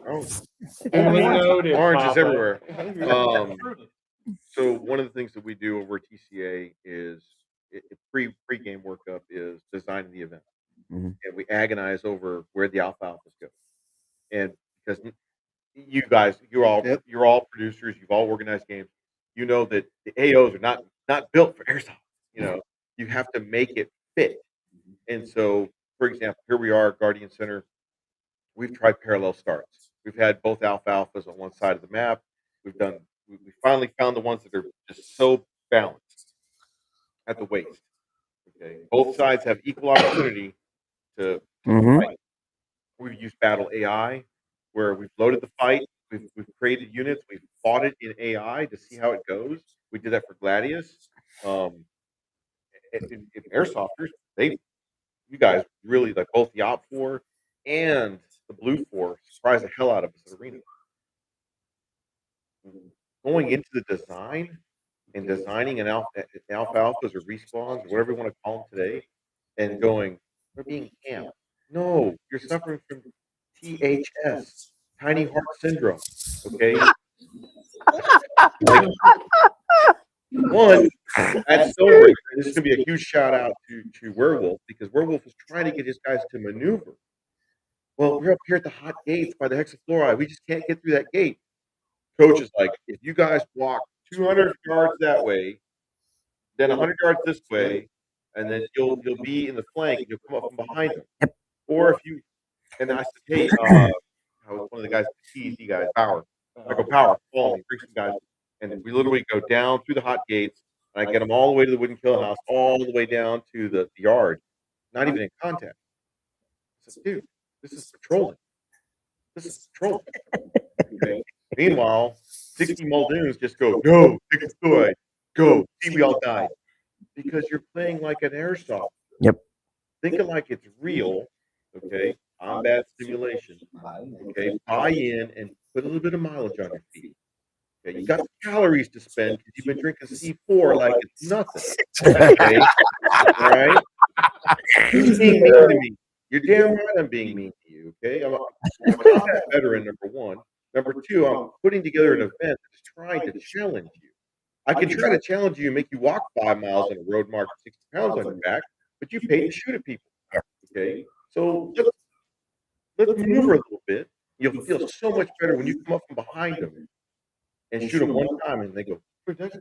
Just how you're doing it, okay? So, and the other thing that I won't do is, on Sunday we'll flip songs.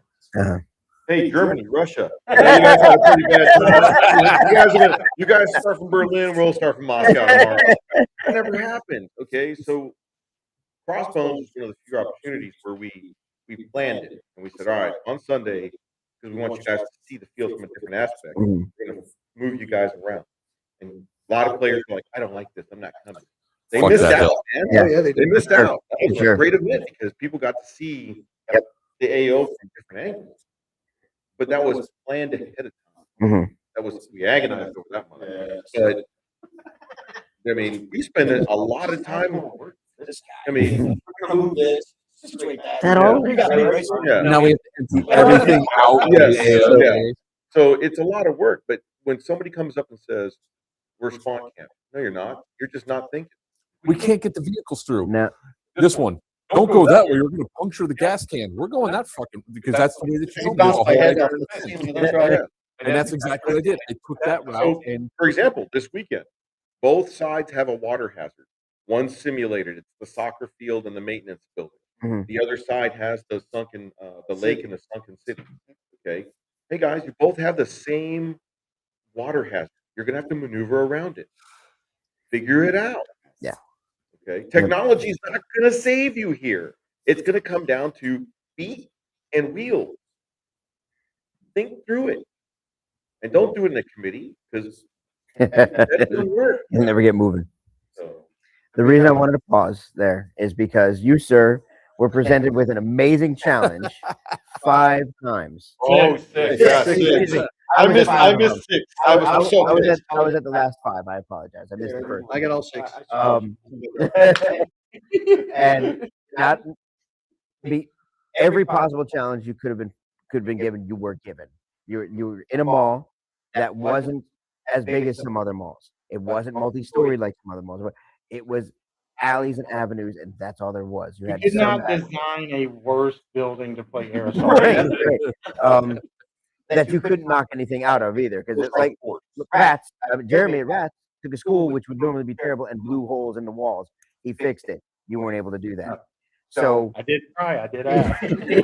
you suffered from so many people saying we're just stuck. Battle of the Y, but we can't move. They have the better spawn. With that, I didn't call you out. No, that was up there. That wasn't you. No, that was because I am agreeing with everything you said. Because go ahead. So, with that being presented for you, I want your input on that. So the first thing I want to say is I believe the definition of insanity is doing the same thing over and over and over and expecting a different result. As with every, the spawn, camping, spawn trapping. So I don't have all 6 maps in front of me. Switching between events, I think I did. That, and I will say that was probably one unique thing that when we tried something new, if it wasn't working, we tried to do a fix, make it equal, not to help someone who didn't want to help themselves. Yes, So, That was also It goes back to it. you're right, and that's very unique. yeah, So, sometimes the players aren't the only problem solver.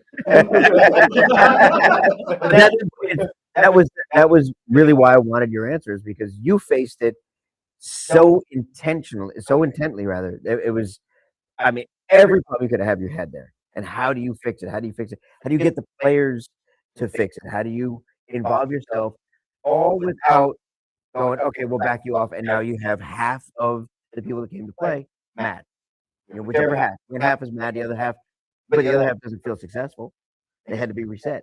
So they feel like they got overrun, means they're underpowered, means there's more people, but shut up. It's a toy gun. Shut your mouth. Just put it in the game. I think you said it right because it was well, it was all said quite a bit. It was the players up there because how many times did a small group of people that were taken up come up behind the enemy because they decided to push? I mean, and that's they're like, oh, we can't get across. I would run with my fat ass and do a bad slide into the wall, and they wouldn't follow. Sometimes you just have to charge into Sears. Crash videos are on sale. Let's do this. Yeah, I took it correctly into the back and assaulted the thing from the side that caused the entire TAN team to shift and focus on us on 4 people. And it's all a matter of, look, there's pathways you have to find. You have to not be Nice. Prude? Yes, be a prude. Nancy, that's going. Not be scared, not be a coward. And you have unlimited respawn. What kind of lost the cursing. I know, and he made eye contact with everything. It was strong. It was strong. Mom got you. Mom got you. I was so tight. Made it worse and What I worse. loved about Thunderdome, right, going into it, you know, the number of times for the first 3, you know, It was because of you. It was because we of kind of worked very much hand in yeah, hand. Sal, hands down, Sal was a huge blessing. And really, on you planning had a that. vision of what you wanted to do. And I was looking at the map because I had done 2 other mall designs that fell through.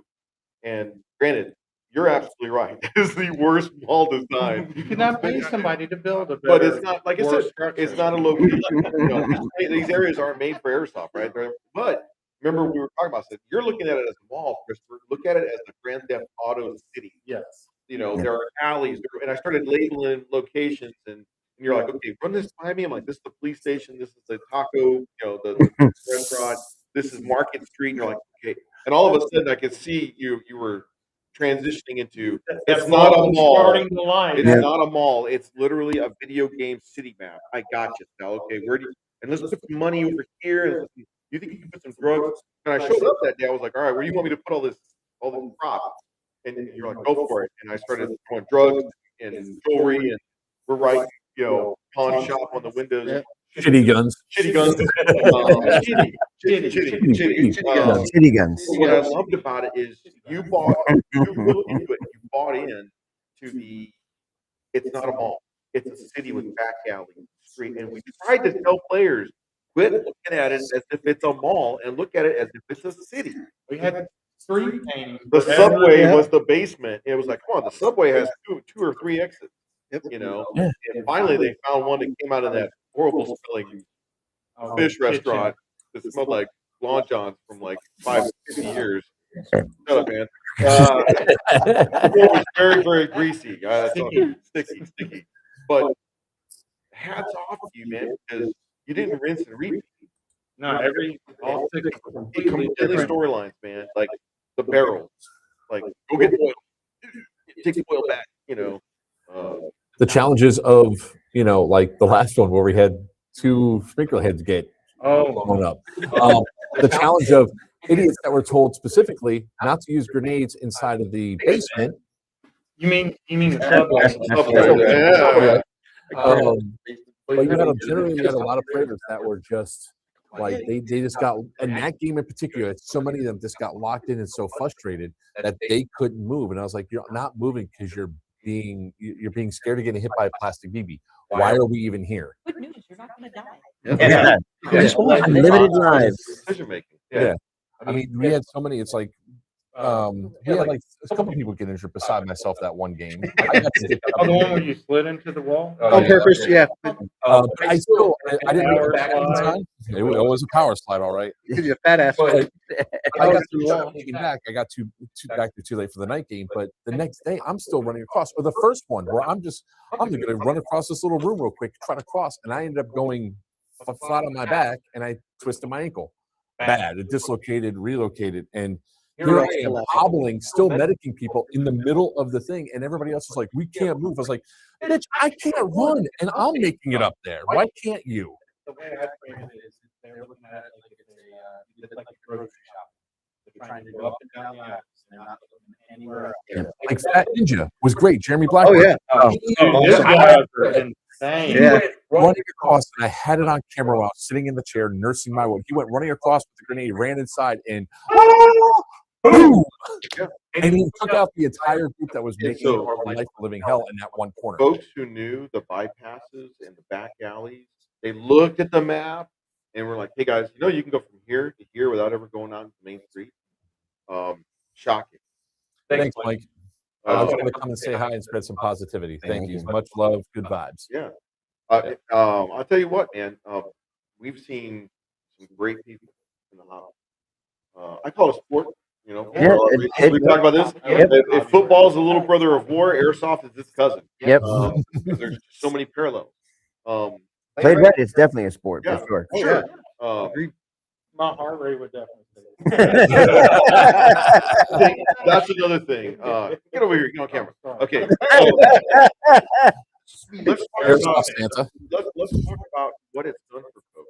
Hmm. We've seen people drop 100 pounds. Oh yeah. We've seen people improve their overall level of health. Just move faster, harder, stay on the field longer. Okay. I got guys that are twice the, like, dude, I'm 3 times your age, man. Shut up, put up. Okay. I've also pushed on military personnel. Hey man, this is a free rep. This is consequence-free decision making. I remember telling it to a company grade officer, a lieutenant, going, "Hey, dude, you need to get into the mil sim airsoft, you get into combat sim. Yep. Why? Because it's free reps. You can make bad decisions and not send a folding cycle to anybody." Okay? And later on, he goes, "You're absolutely right. It's a great time. Oh, great. Try to get more of your friends because you're not going to get those reps that you think you're going to get. Watching Jason Hayes on field team is not the same as getting up and trying this thing." Okay. So no, man. I mean, it's where's the sport going to be in a year? Where's the sport going to be in 2 years? So you mentioned the American Airsoft Association previously, and and if you remember, it's been years since I first mentioned it to you, and I've had the idea for years prior. I came up with North American Airsoft and Milsim Association. Right. The idea for that, and the reason I never launched it is because of how many versions of some kind of airsoft association has been, and nobody can get on board with it. Something like this, what we've been doing together for sure. Right now, represented right here, there's 1, 2, 3, 4 different event producers. You start bringing more and more of, for lack of better phrasing, senior level people in the industry. 5, 1, 2, 3, 4, 5. No, I'm sorry, whatever. But whatever. There's a bunch of people here who are upper echelon in airsoft. And you're not always going to agree on everything. But if everybody can find a baseline, and then you can work up from there. So here's the younger. We tried that a long time ago. Okay, bring all the 5 families. No. So what happened is this, right? When they go, "Well, your rules are stupid." Okay, don't worry. You'll come back. You'll come around soon enough when your insurance drops you. Okay. And for a while there was only one company doing insurance. Mhm. Okay. Another company got event insurance, like they were doing a concert or movie filming, and it was like, it's not going to work anymore. Okay, but that's fine. And then what rule set are you using? Well, this is our rule set. It's proven. We've been using it for almost 20 years now. It's as safe as it can be without taking the fun away. Okay. I'm not asking everybody to adopt the same rule set. Nope. My question to some folks is, why do I care about your eyesight more than you? Okay. And that's what I mean by the baseline. I'm sorry. I was going to say something very important, which is interesting because some insurance companies have taken TCA's exact rule set and forced them as the rules for insurance. I don't know if you're aware of that. Yes, I'm very aware. So because I said, wait a second, I know this rule set when I was having the What does this look familiar? I was like, was like, did you get this from third place? And they go, Yeah, Yeah, maybe no, but and it just I hasn't read the changed rules on it. sometimes. It's gonna change rule set, but Mark, I will Only tell when you, it's I will tell you I this. did that man. too, though, but I asked permission. I will tell you this. Okay, it was not our rule set. It wasn't created overnight. It Right. evolved over time. Yeah. Um, But my continuing point of that is that most event productions use like most up, like especially newer companies that are coming up, all use TCA. Or Rewritten. some It's like very when I close, did mine, I very said, close "Hey, I version, want to yeah. use your rule set." Same thing. Same thing. yeah. I never heard of you guys. The, Yeah, no. that generalized. he hears that a lot. I hear that a Well, lot. you have what's You're missing in bald, that huh? is Really? what's the payoff, and that's what a lot of guys are looking for. Is don't tell me what to do. Okay, I'm not gonna tell you what to do. I'm gonna tell you what I'm gonna give you. That's what has been missing all this time. When you can bring everybody together, and everybody benefits from And it. I've always said, ask me how to do events, I'll tell you. Ask me how to do events, I'll tell you. Why? I'm a player. We want to come and play at your events. We want to come and play at your events. Yeah. For example, Centurion. We all go to Centurion because to us, it's scratchy. Like when you're deciphering a freaking code printed on a candy wrapper, and you're just like, my God, I'm glad I didn't eat this thing and throw it away. But the level of it was chess all the way down to checkers. And it reminded us as players going on, we need to make sure we offer that at our events. Do I expect to see unmanned ground vehicles at our events soon? Yes. Will you see a drone deploying smoke this weekend to enable another a force to cross a road? Oh, Okay. We're adding more weapon classes. Why? It's more combat sim, more military sim. Mortars. Mortars. But it's also leads into like the question about rules. It's like I'm surprised somebody hasn't go. Are we allowed to use full auto in the buildings at the events? Certain things, and we said we don't allow it for SMGs for one simple reason: players are assholes. They've done stupid things that have caused problems. Like I'm sure Brad says, why don't we launch allow tropical multicam? Because in some low light environments, you have misidentification. And I don't want to deal with the literal physical fighting. Right. So there's reasons why we put some stuff in there. So usually if there's a rule that is in there, it's like, why is this in here? You have to ask what player did this to cause this, because there's all sorts of stuff that usually when a rule comes into play, because it was forced. there is a line between this makes sense for built to the sim and all that kind of. This is safe. Right. Some having to breach on the first floor, having to actually Break the plane. on the first floor. Why? Well, because if somebody comes walking through and I'm shooting my DMR, want to rearrange your team. and the argument I've heard is, well, then he shouldn't be walking past. Well, you're right. He's an airsofter, so Until it happens to you, and then you're gonna want. My earlobe is in the street. Yeah. Remember, you were the one telling me not this rule is stupid. So this one simple, or why can't we shoot small arms at the vehicles? I think it would be a great idea if you could protect the driver effectively. Then I think it's an okay idea, because then he doesn't catch one right up under here and cause him to jerk the wheel and run somebody over. Or you can protect Or it. tag around to the side of the head while you're driving, or the chest. When the safety factor Headshot while you're is too shooting. much than the play factor.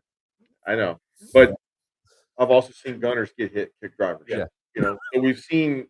It's like, guys, this is the best balance that we can do. Like Coach goes, I have a great idea for explosives in tier 1. I'm like, okay.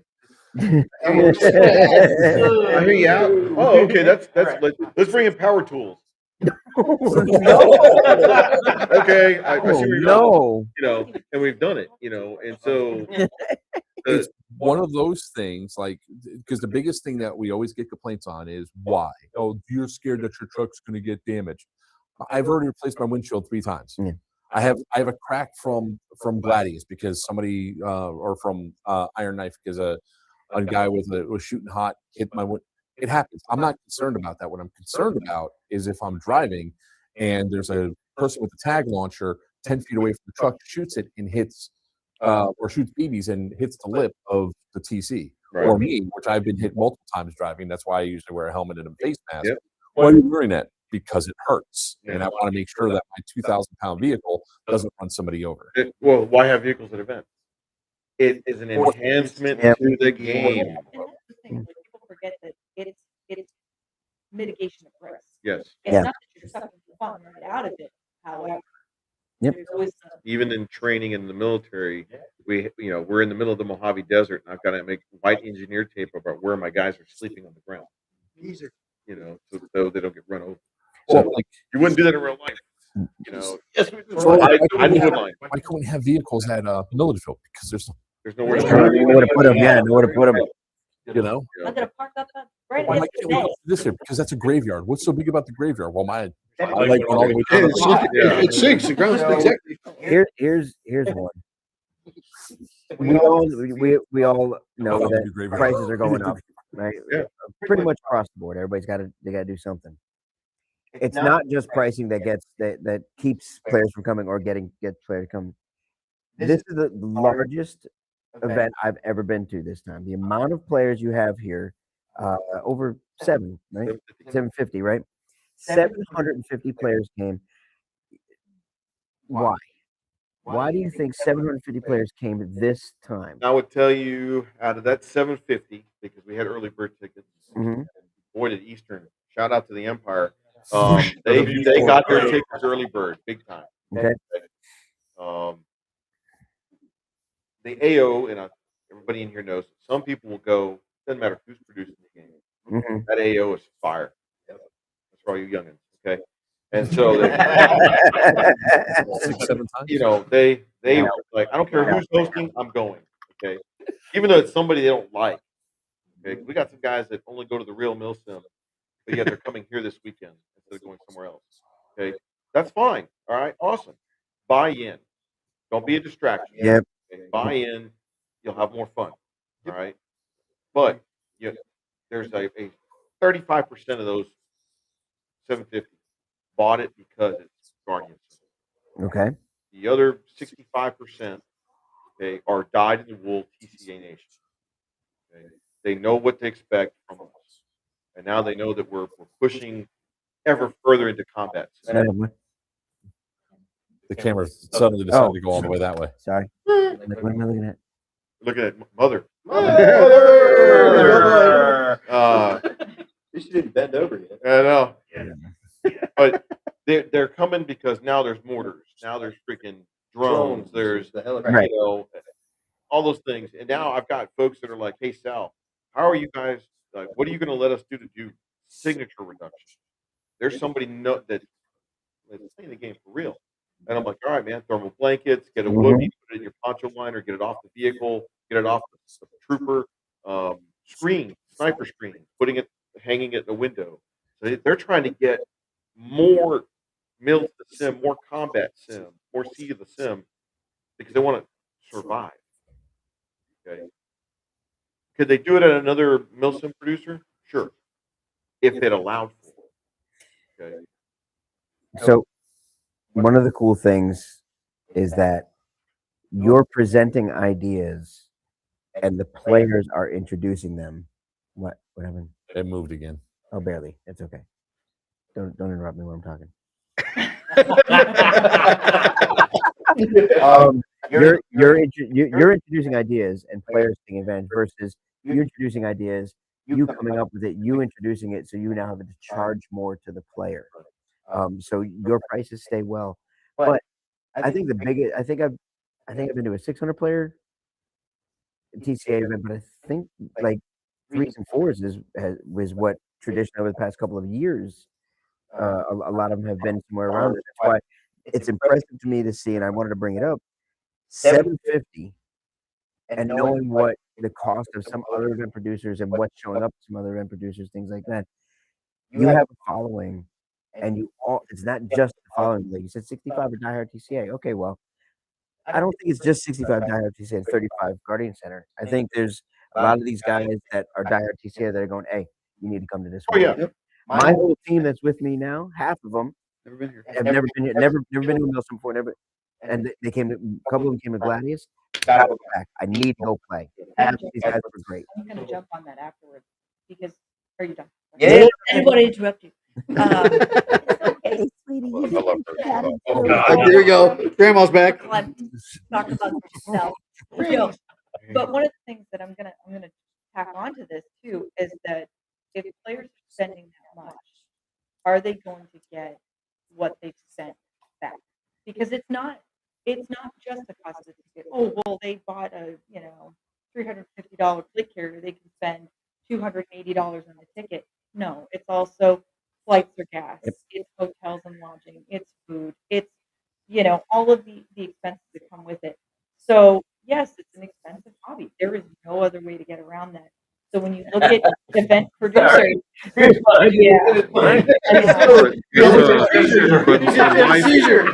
Lucy, if you're out there, I'll let you know it's still cheaper than paintball. But but when you look at it through that lens, what are they actually getting back, right? Are they actually having the time that they pay for that they're expecting?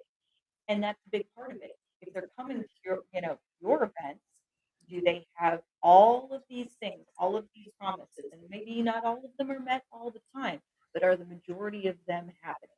Right. Or, is it oh wow, well we showed up and man, I should have gone fishing. Like whatever. Right. So it's interesting to see how that dynamic has shifted because, and I'm not going to jive too far down the rabbit hole, but it would seem that some promoters seem to value their players more than others. Right. I want to jump right off of that because that is one of the big things. We go all over the place. We have a lot of different experiences with a lot of different mill sims, right? And besides, we're not talking about the small guys because we know you care so much about your players there. Dude, Oh yeah. But when it comes down to TCA, you get the value out of it, right? You're getting an experience at Guardians. We went to a particular one. We won't say which company or what it was, but we came here once, and it's like we don't want to go back unless it's a CCA event. Fat Ninja. Talking about Fat Ninja. There he is. So hey, Jeremy, I was gonna piggyback on Sisu, but Mark jumped in. But I'm gonna talk about y'all in just a second.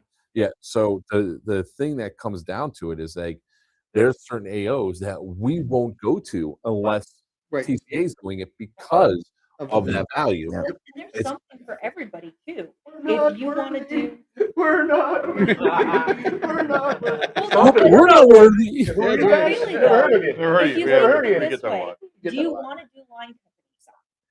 Do you want to be in a big platoon of dudes and work as this big element? Do you want to do specialty teams?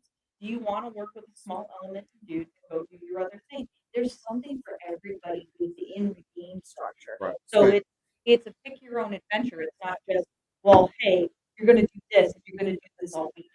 Yeah, all the event producers at this table care so much about giving the experience to the player, which is the most important thing, I think, when it comes down to event production. It's like, look, we can get the best AOs on the face of the earth. If we don't give the players the experience, Amen. then you're not going to have fun. Now here's the deal. And Here there's you a go. reason why I drove 11 and a half hours to come down here and doing it again to South Carolina or North Carolina in a couple months. Right. So here's the deal. I can lead a horse to water, but I'm not going to suck on its ass to make it drink. Okay. There's the news there. All right. I'm a Texan. Sorry. Okay. So why I say that is I'm providing the opportunity. Okay. When the TCA crew shows up and we put on an event, we're providing the opportunity for the players to buy in and have a great experience. If they show up and go, I'm just here to hang out with my friends. Great, dude. There's 31 flavors of airsoft. You like that flavor? That's great. Okay, but don't come back later and go, I paid all this money and I didn't pay my 12 hours of airsoft. I spent most of my time in the parking lot. That's TCA's fault. No, man, it's not. That's your fault. Okay. Because we had to downsize the amount of events that we went to because of life. Some of us were buying a 30 some of us are buying a prison facility, other ones are arguing with their mother. But the ultimate reality is like, what do we excise out? Right. Because we can only travel so much, and there's a lot of other teams that are out there doing it. So Third Coast, Lion Claws, NuBreed, DEO, Players Wanted, we all try to strive to give that player the value to make it worth it to come to our games. As you're going to say, so let's go to Hey, so first of all, so Jeremy, the guys at Rack, This is their first time coming. They have played multiple TCA events before. What side are they on? They are on 10. Oh, course they are. hey, it's a target. Oh, we're gonna kill them. Another- So, but anyway, so Jeremy reached out to me. He's like, "Hey man, what's Guardian Center?" I'm like, dude, Bucket list. I'm like, it's amazing. He's like, we're really thinking about doing something special, and do you think it's worth it? Because it's a big ticket, Yes. but it's also an expensive AO. Yes. So I mean, it's not like they just decided to, hey, you know what? Let's just charge an extra $100 for no reason. Yeah. So then Jeremy's like, hey, what would a tier 1 be like there? And here's another. How about a helicopter? Can we get a helicopter? Jeremy and his guys have come to GTI with TCA multiple times, gone down to Milledgeville, which is no longer available, but none of the guys have ever done a tier 1. So I just want to talk, and I'm not TCA, but I am. This will probably be my 24th, 25th tier 1 this coming Friday night. And you mentioned it earlier, Jason Hayes and SEAL team. So if you've seen a SEAL team and how they walk into the thing and drop their cell phone and get brief, the tier 1 is the closest you'll ever get to that, with the one exception of having to drop your cell phone in a little thing outside. We could do the that room. someday. Leave your phones at the door. They were like, phone. put it "Hey, in. it would be great if you let me bring my cell phone in here so I can film all this." So Obstacle. for those TCA people who have been coming forever but have never tried a tier 1, well, it's too late this weekend. Yeah, and it's sad because, man, when we had to restrict the number of tier 1s, we were burning ourselves up. Players were like, damn, you guys got to do more of these. But guys, I can't do a whole event that's a tier 1. Gladius was pretty close. Yeah. Pretty close. Oh, yeah. I'll do another gladiator. We haven't heard about I'll Dragear give another security. shout out to Coach. That is by hands down the best tier 1 I've seen done by TCA. Thank you. Special shout out to my mortar crew. First fire on target. That's right. Yes. We nailed it. This is going to be a little self-serving, but you guys do this really well. You very well as well. You guys picking leadership for each side, not just random trying to keep leadership in place because some people come to play for that leadership. Some guys come because they want to be there. When Justin had to take over, Beowulf had to take over, and I took the greeting I got, and then the return. Guys, oh, I'm in. I'm like, wait, what now? Yeah. You know, and the encouragement I got from you, and encouragement I got from you for Thunderdome was fantastic. It felt great, and to see guys want to come because of that, you recognize the talent. Okay, let's get this. Let's move these guys in because it makes the game better. It's not just you running the game; you're giving it to someone and letting them grow through it and do all of that. Like I said, it's a little self-serving, but that should be recognized as well. You're recognizing the people that are out there that want to put that effort in. Hold on a second. He allowed somebody to be inside of leadership on the other side that's in charge of VIX now. I don't think that was a smart idea at all. So I think you get tricked into it. what I love so much is the imitation, and not so much the imitation. We talk about the sport, but hey, if we're an example, that's what it was. The goal was be an example. And so when someone says, "Hey, I copied your rule set. I hope you're okay with that." Yeah, I misspelled example down here, and I put good apples are green. And he goes, I didn't copy that in my website. Oh yeah, I did. It's okay, man. We did that on purpose because we just wanted to see how it was a game thing. Godfather wanted to see how far it went out there. It's like staff officers, that spreadsheet column ZZ. There's a product out there saying Major Zuniga is the best, and it's been there for like 40 years. It's like digitally 40 years. And I look at it and go, imitations of purest form of flattery, but it's an example. at your event. We want to play at your event. I always give you credit for Overwatch, okay? Because you were on that staff, okay? And you were making it happen. And so, we want to come play at your Lion Claws. We all know all Lion Claws are different. It depends on who's the chief of staff Right. because that's what makes that event.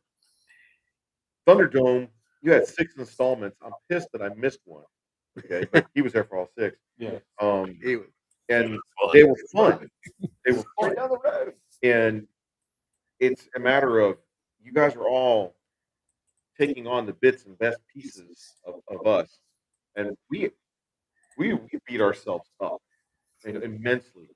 Bubba got to see behind the curtain, at Gladius, and it's like, you guys are doing a great job. And I'm like, yeah, man, we're gonna go self-flagellate because Beat ourselves down. it's a different registration. It's a different ticket. You don't want to buy it. So, but It's tier 2. it's Yeah. there's the secret website.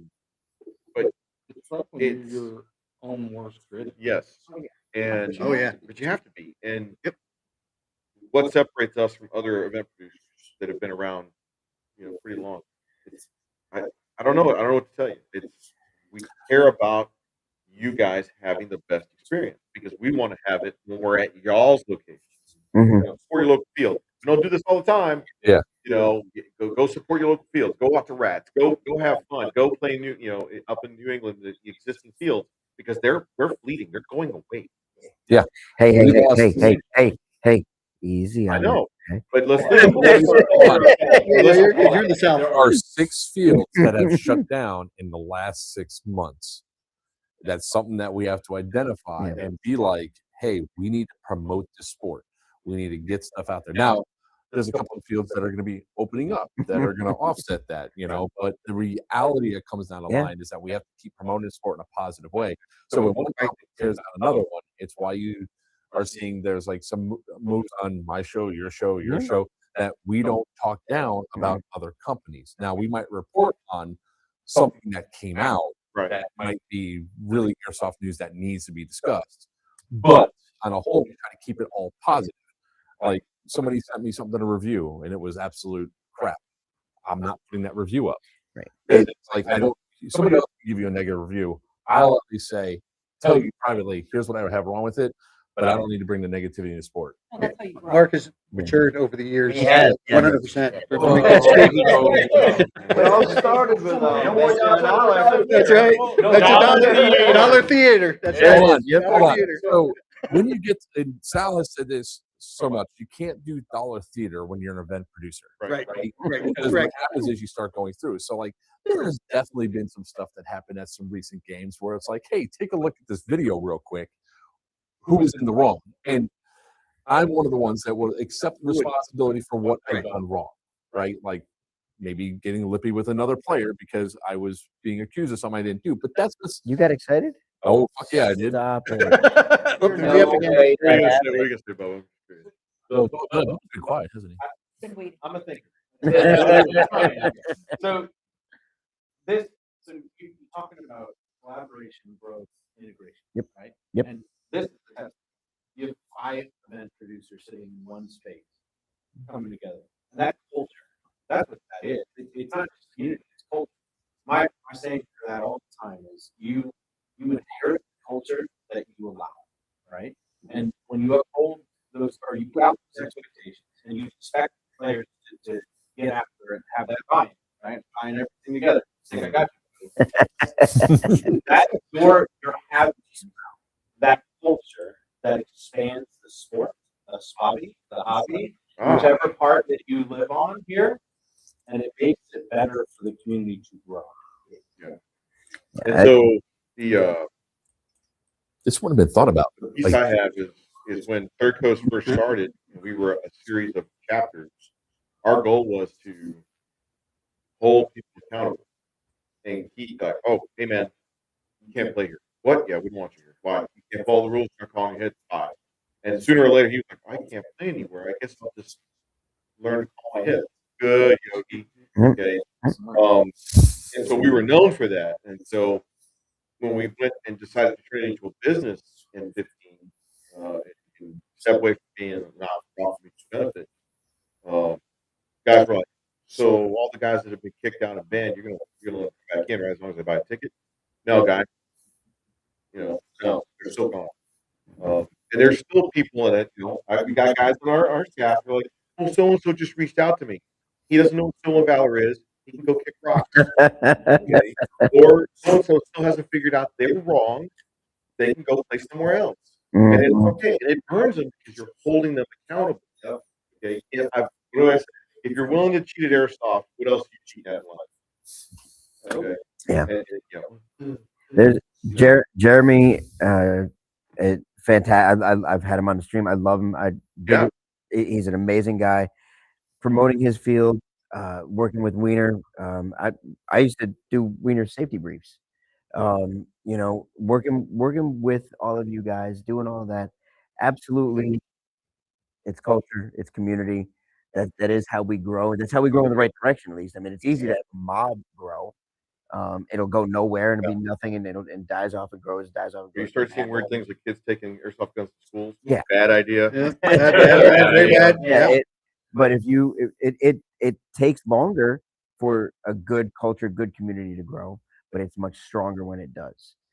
It definitely starts at the core level. Guys like Jeremy, myself, local fields, raising them right, doing it the right way, not just letting it be a free for all. Yep. That way, when they do show up, and they know what a chrono is. Look at that. That's crazy. They didn't do the beer can chrono. The BB goes through it. It's shooting a little high.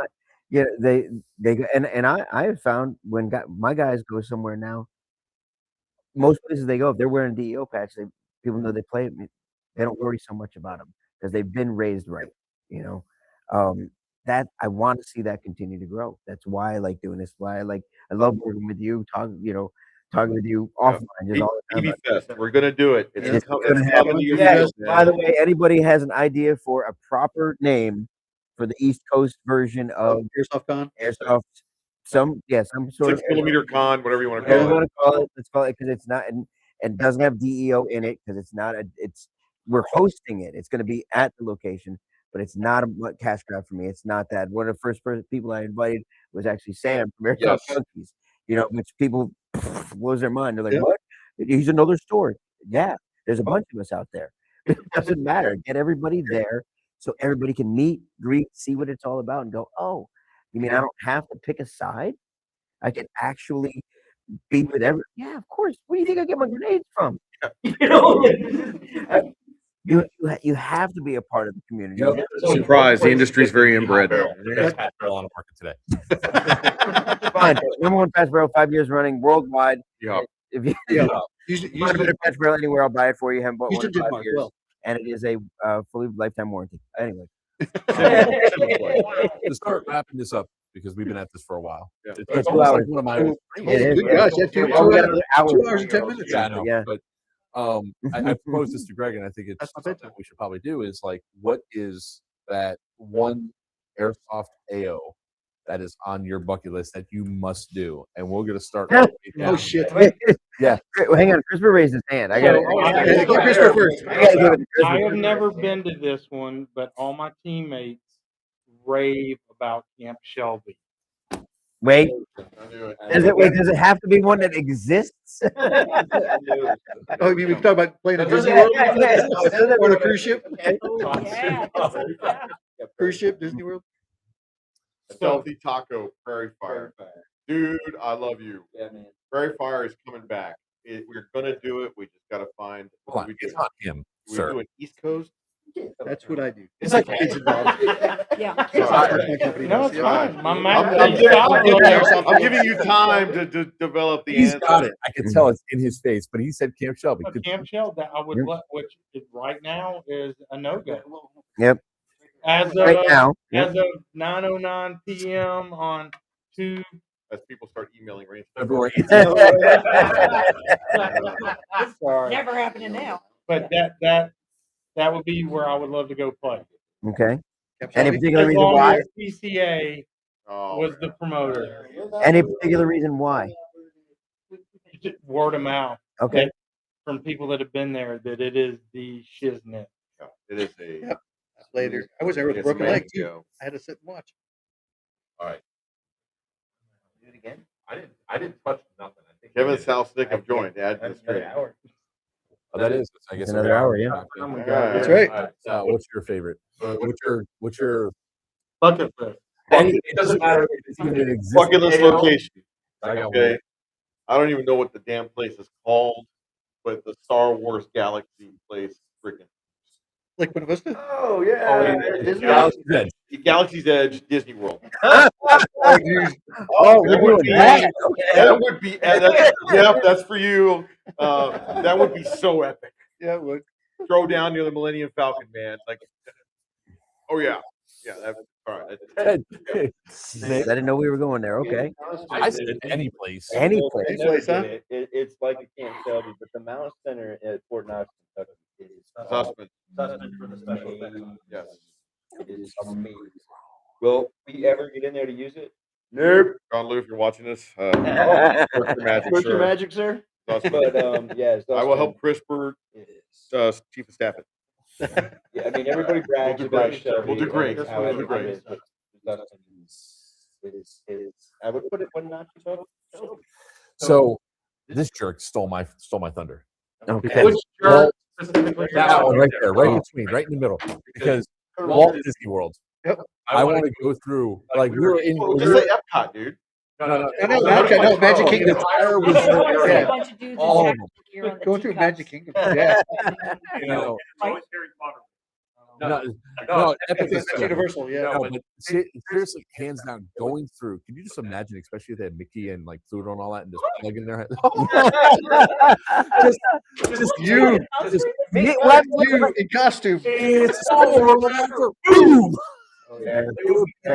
It would be the most awesomest place I can ever think of. Pirates of the Caribbean. Underground than it is above. Yeah, I was- I mean, I got to take the character. Talking about the tunnels. The tunnels. It's one of those places that can. Epcot will be a close second, but just flat out. First through Mexico, then we're in Hey, Norway. Now I want to Some see of us that. might have jumped off the rides at Epcot. The palm brokers meme, and the best I can do is Dollywood. Hey man, there is what is it? She's national Oh, treasure. not too long ago. Hollywood. Wizard of Oz land. Oh yeah. I don't know exactly. I don't know exactly. In the UK, there's an area that's played. It looks like just a giant city. So like when 100%. I'd love to play there. Yeah, let's do it. It's Road trip. like snipe from the attic. Is that the same as Burgette? No, that's No, Sweden. that's You sweet. jump- But forget if I was a vehicle owner overseas. Oh my god. Yeah, one of the first airsoft videos I ever saw was there's like a 48-hour. Yeah, they play over miles and miles and miles. Like it's like a mile to hike to your CP type thing, and it's just a nonstop game. And I'm like, holy crap! And then I saw them playing in this what looked like a city, just like that. talking about. Yeah, the Danes, yeah. 100%. I would. That's where I want to go because the realism of being in a city that large. You know, I didn't know we were going real world and could do anything. Because now, I was in Vegas this weekend. I'm just saying, we can do some damage, in Vegas, baby. Very good. But one of them are connected. Yeah. Oh, the way the hotels are all connected. Usually Yeah. Shot Show set up. Oh, yeah. They're all Shot Show movies. I'll go the nostalgic route, right? I was thinking 2006 as well, just the special effects and having it all wired up, being able to play that back and just from the metal standpoint. Incredible for the players. But my nostalgic side, because I never got to do it. I never got to go to Oppenheimer. Oh I yeah. never got to go to Fort Drum. Fort Drum. I've been all over Fort Hood. I've been Yep. in stuff. I've seen all these centers. I've never made it to Fort Drum. From New York. Yeah. I you go there to serve. We can go in June. It's okay. Still cold. Midsummer, just to warm up. Anywhere, anytime else, just sit down and your nuts. See, so you're safe. on That's just weird. I say that. Centrilla Oh, God. from Geezer. Yeah, Centrilla. I went. Well, that place. Seriously, most of the buildings are gone in Centrilla. there's only like 4 or 5 houses left or something like that because a lot of them gone down. But Centrilla is a creepy ass place. So I want to go to bed. Forget. I want to go so bad. That's my bucket list. Well, I've got, I've done airsoft in the UK a little bit. And I've had, some of my Swedish friends come over and they've gone and done some of the events over here in the States. Right, Jeremy. And I want to go play with them in their own home turf because they play completely different than Americans. It is so fun to play with the Swedes. And of course, like everybody else goes up to this game. So there's this big culmination, all of these different, types of players. It's just like, that's really exciting. how many people have played overseas, like in Europe? It looks like we need to get like some Whatever. I got to play in the Philippines, and it was very different. I said in Europe, okay. Yeah. So, I started with overseas. Yeah. So talking about Bergette, one of our teammates went and played, and still, years ago, and still can't stop on Yeah. Reddit. But for those who don't know about it, it is a week-long event, and you're going in and out of some different countries, or it's a huge anyway. Yeah. But he's like, and you're partying with. Oh yeah, so It's it's crazy. almost there's players that are portraying themselves as police. There's all these other factions. There's vehicles, there's tanks. Like it is wild. It sounds like an airsoft road trip. Going on an adventure. Wiener. What was mine? You had all this time. You brought up Europe, Let me- you brought up Europe and stuff like that too. Well, this is my bucket list was here, and I still love coming and playing here. So this was it. But I was thinking, there's two places: Gaylord Palms in Orlando, the big hotel facility where they do the ice capade and all that stuff there. Every time I go there for the ice show, I usually go with the girlfriend, their grandkids or whatever it is, or my grandkids go. But just walking through the because the way it's spread out, and it's multi-level, and there's all kinds of points of access. So you're not like spawn camped in a stairwell or something like that. So Honorable that was mention, Sugar Gordon. Ooh. Louisiana. You had to be in the wintertime. Copperhead for me. We're actually trying to get like a caravan going. Copperhead's Haven't played it yet, but I keep hearing about it. And they're for training and for airsoft. Yeah. Yep. That's a lot of footwork. Yeah. And we're ready for it. It's we were not talking about like there's like 3 or 4 teams that we're all talking about going, trying to find a way to just caravan there. Like 2 guys driving 2 different vehicles in teams, bringing everything down. The rest of us I fly. will not go back to West Texas. I'm sorry. Gotta be mad about it. Gotta be mad.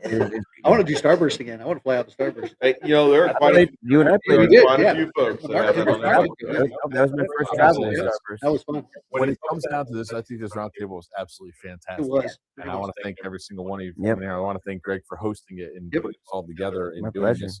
Sal, I want to thank you for bringing us all here Thank you, and sir. doing some awesome stuff, man. Yep. It's But I phenomenal. Don't thank me, thank the players, man. This is 2 hours. Look, all right, stop being Mr. Humble. This right here is a legitimate thing to thank you, because without you being in my life, I think I only would be interacted with maybe 3 people at this table. As long as you hold me in high esteem in your successes and failures, I'll be okay. There you go. But it's everybody. This was fantastic. I Yeah. want to do it again. Oh, for And sure. I'm sure we could go for another hour, but I can see everybody like this, people falling asleep in the back there. The ladder's about to Well, explode. I'd like to add one little thing.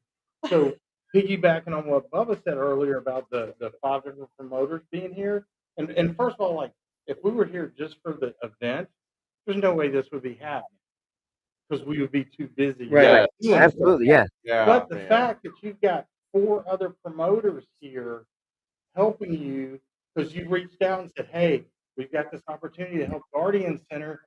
Can y'all come out Wednesday morning?" And the fact that we're here helping, he's a friend. Right. I mean, how many other promoters call us up and say, "Hey, we need you to take off work for a week and come down"? And it's like, who is this again? Yeah. Like half of the staff is here, right? Mhm. So you get to, so half. We and we So, we didn't Wiener- close, but we almost closed. Yep. No, Wiener is technically getting paid for this, right? I'm getting paid to be. Yeah, my So boss let me. he's a Yeah. lucky one. Yeah. But I had to make What I did. arrangements at the prison, make sure somebody was up there, because we have people that are already trying to sneak onto the property because they saw over there, but they already got busted. So it's like And then I came 11, 12 hours down here because you said you needed bodies. I was like, all right. I wrangled my child that's camera shy, and she's like, okay, I'll do it. You know. I'm still wondering why I'm saying You're out. But all of us, I mean, when the call goes out, we have such a strong connection. Like Christopher, how many times have you called and said, "Hey, I need some assistance"? And then Wiener and I ran your chrono for how many times? Yeah. You know? It's We do it again too. and whenever we come to an event, we go to Sal, and he always says, "No, but is there anything we can do?" No. Wait, you're one. Wait, go from the, go. Yeah. You We're sitting there. I gotta need wait you, and you. Border team. I only get calls from you guys when your guns are broke. No, actually, I called to tell you. Are you coming up to my? I'm a horrible text. No one calls. Now we got 2 new people that we can like bug for shit. Yeah, this is. Because now the proper introduction has been made. Yes. Yep. They're, yeah. Thank you guys very much for this. Thank you for the past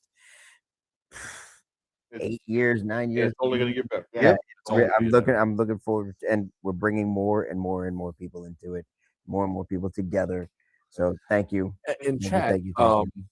maybe if we get like what 1,000 likes, we force them to do it again at the next event.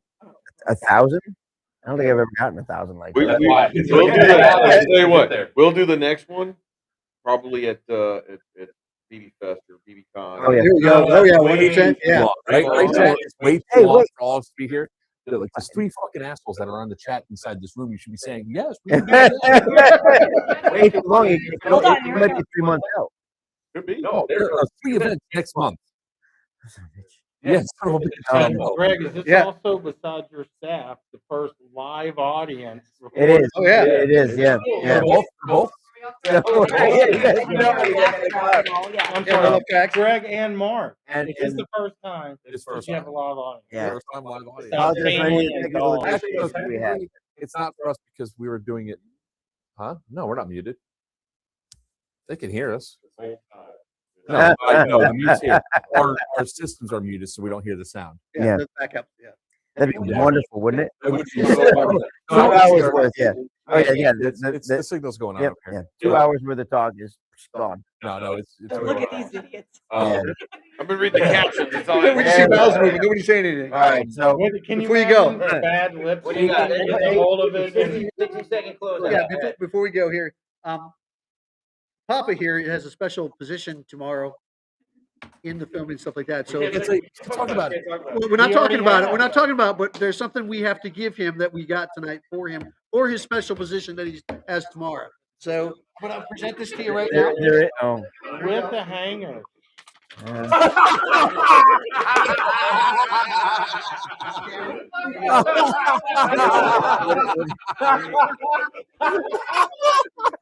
It's just very It is. metal, The very funny is, I think it's my size too. It actually, I think it will fit. I mean, it'd be a little belly shirt maybe, but it'll be all right. Oh my god. It is. So I will. It is an XL. It's a 14-16, which means it will fit. By the way, so it'll be tight. It'll be tight, but I've lost a little bit of weight. So it'll be No okay. bears were harmed in the manufacturing of that. Does this mean we get to see Thank your you. tramp stamp when you Absolutely. Yep. The bottom of it says CRISPR, just so you know. We call a rocker. If you can thank some of the others who are here. 60 seconds. Close it out. I just want to thank y'all for being here. I'm honored with being here. NuBreed Airsoft is honored with being here. We'll see y'all at the next one. This is going to be an awesome event. See you soon. Hi. Bye. She's You said 60 seconds. We're going. Every person gets 60 seconds. Oh. Oh, it's like a All right, debate. well, that's rules. If Right. you need it, if you need it. Go That's ahead. right. There you go. No, thank you for having me. Yes, I'm not done yet. Thank you for having me on. I know I'm not a business owner. I'm just somebody who's been around for a hot minute. You're a but- pillar of the community. That's right. Pillar of Aw. the community. Yep. But no, really, thank you for inviting me. It means a lot. Absolutely. Absolutely. Thank you. Thanks for the opportunity. Thanks to all of you for taking part in building this community and making this a place that people want to continue to come back and spend their time, spend their effort, and really build these core friendships and relationships. Oh, I went to pass it on over. Sorry. I guess I'm. Thank you guys for joining us. Absolutely. This is amazing for me. You know about the bonds that it's created for me and my son. I've watched it create for other family members, people coming together as family. I hope we get a chance to keep on doing this here, and add more people to the round table as we move forward. So thank you guys for being here.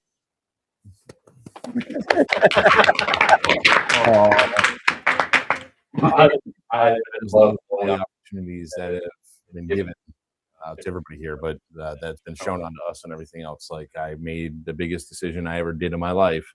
Come Jan 1, I took over the Crescent Prison and Sanatorium. Our first game is March 20th, Scorched Earth 3. And then from there, we have 5 other games that are coming out. Third Coast will be there and everything. I never thought at the start of my career in airsoft, I'm just gonna play games, right? When are you gonna run your events? I'm not gonna run events. I'm running events. When are you gonna go to, never. Oh, that backfired. But here we are. I want to but it's an honor that's been bestowed on us, and we're so close on our end to hit 100K, which is like my next milestone. 100K on YouTube. We're so close. We're almost there. But it's all that the trust that's been put into me by TCA, Dead End, NuBreed. Thank you all for giving me this opportunity to do all this with you all. I'm sorry. 60 seconds. And screw you all for typecasting me.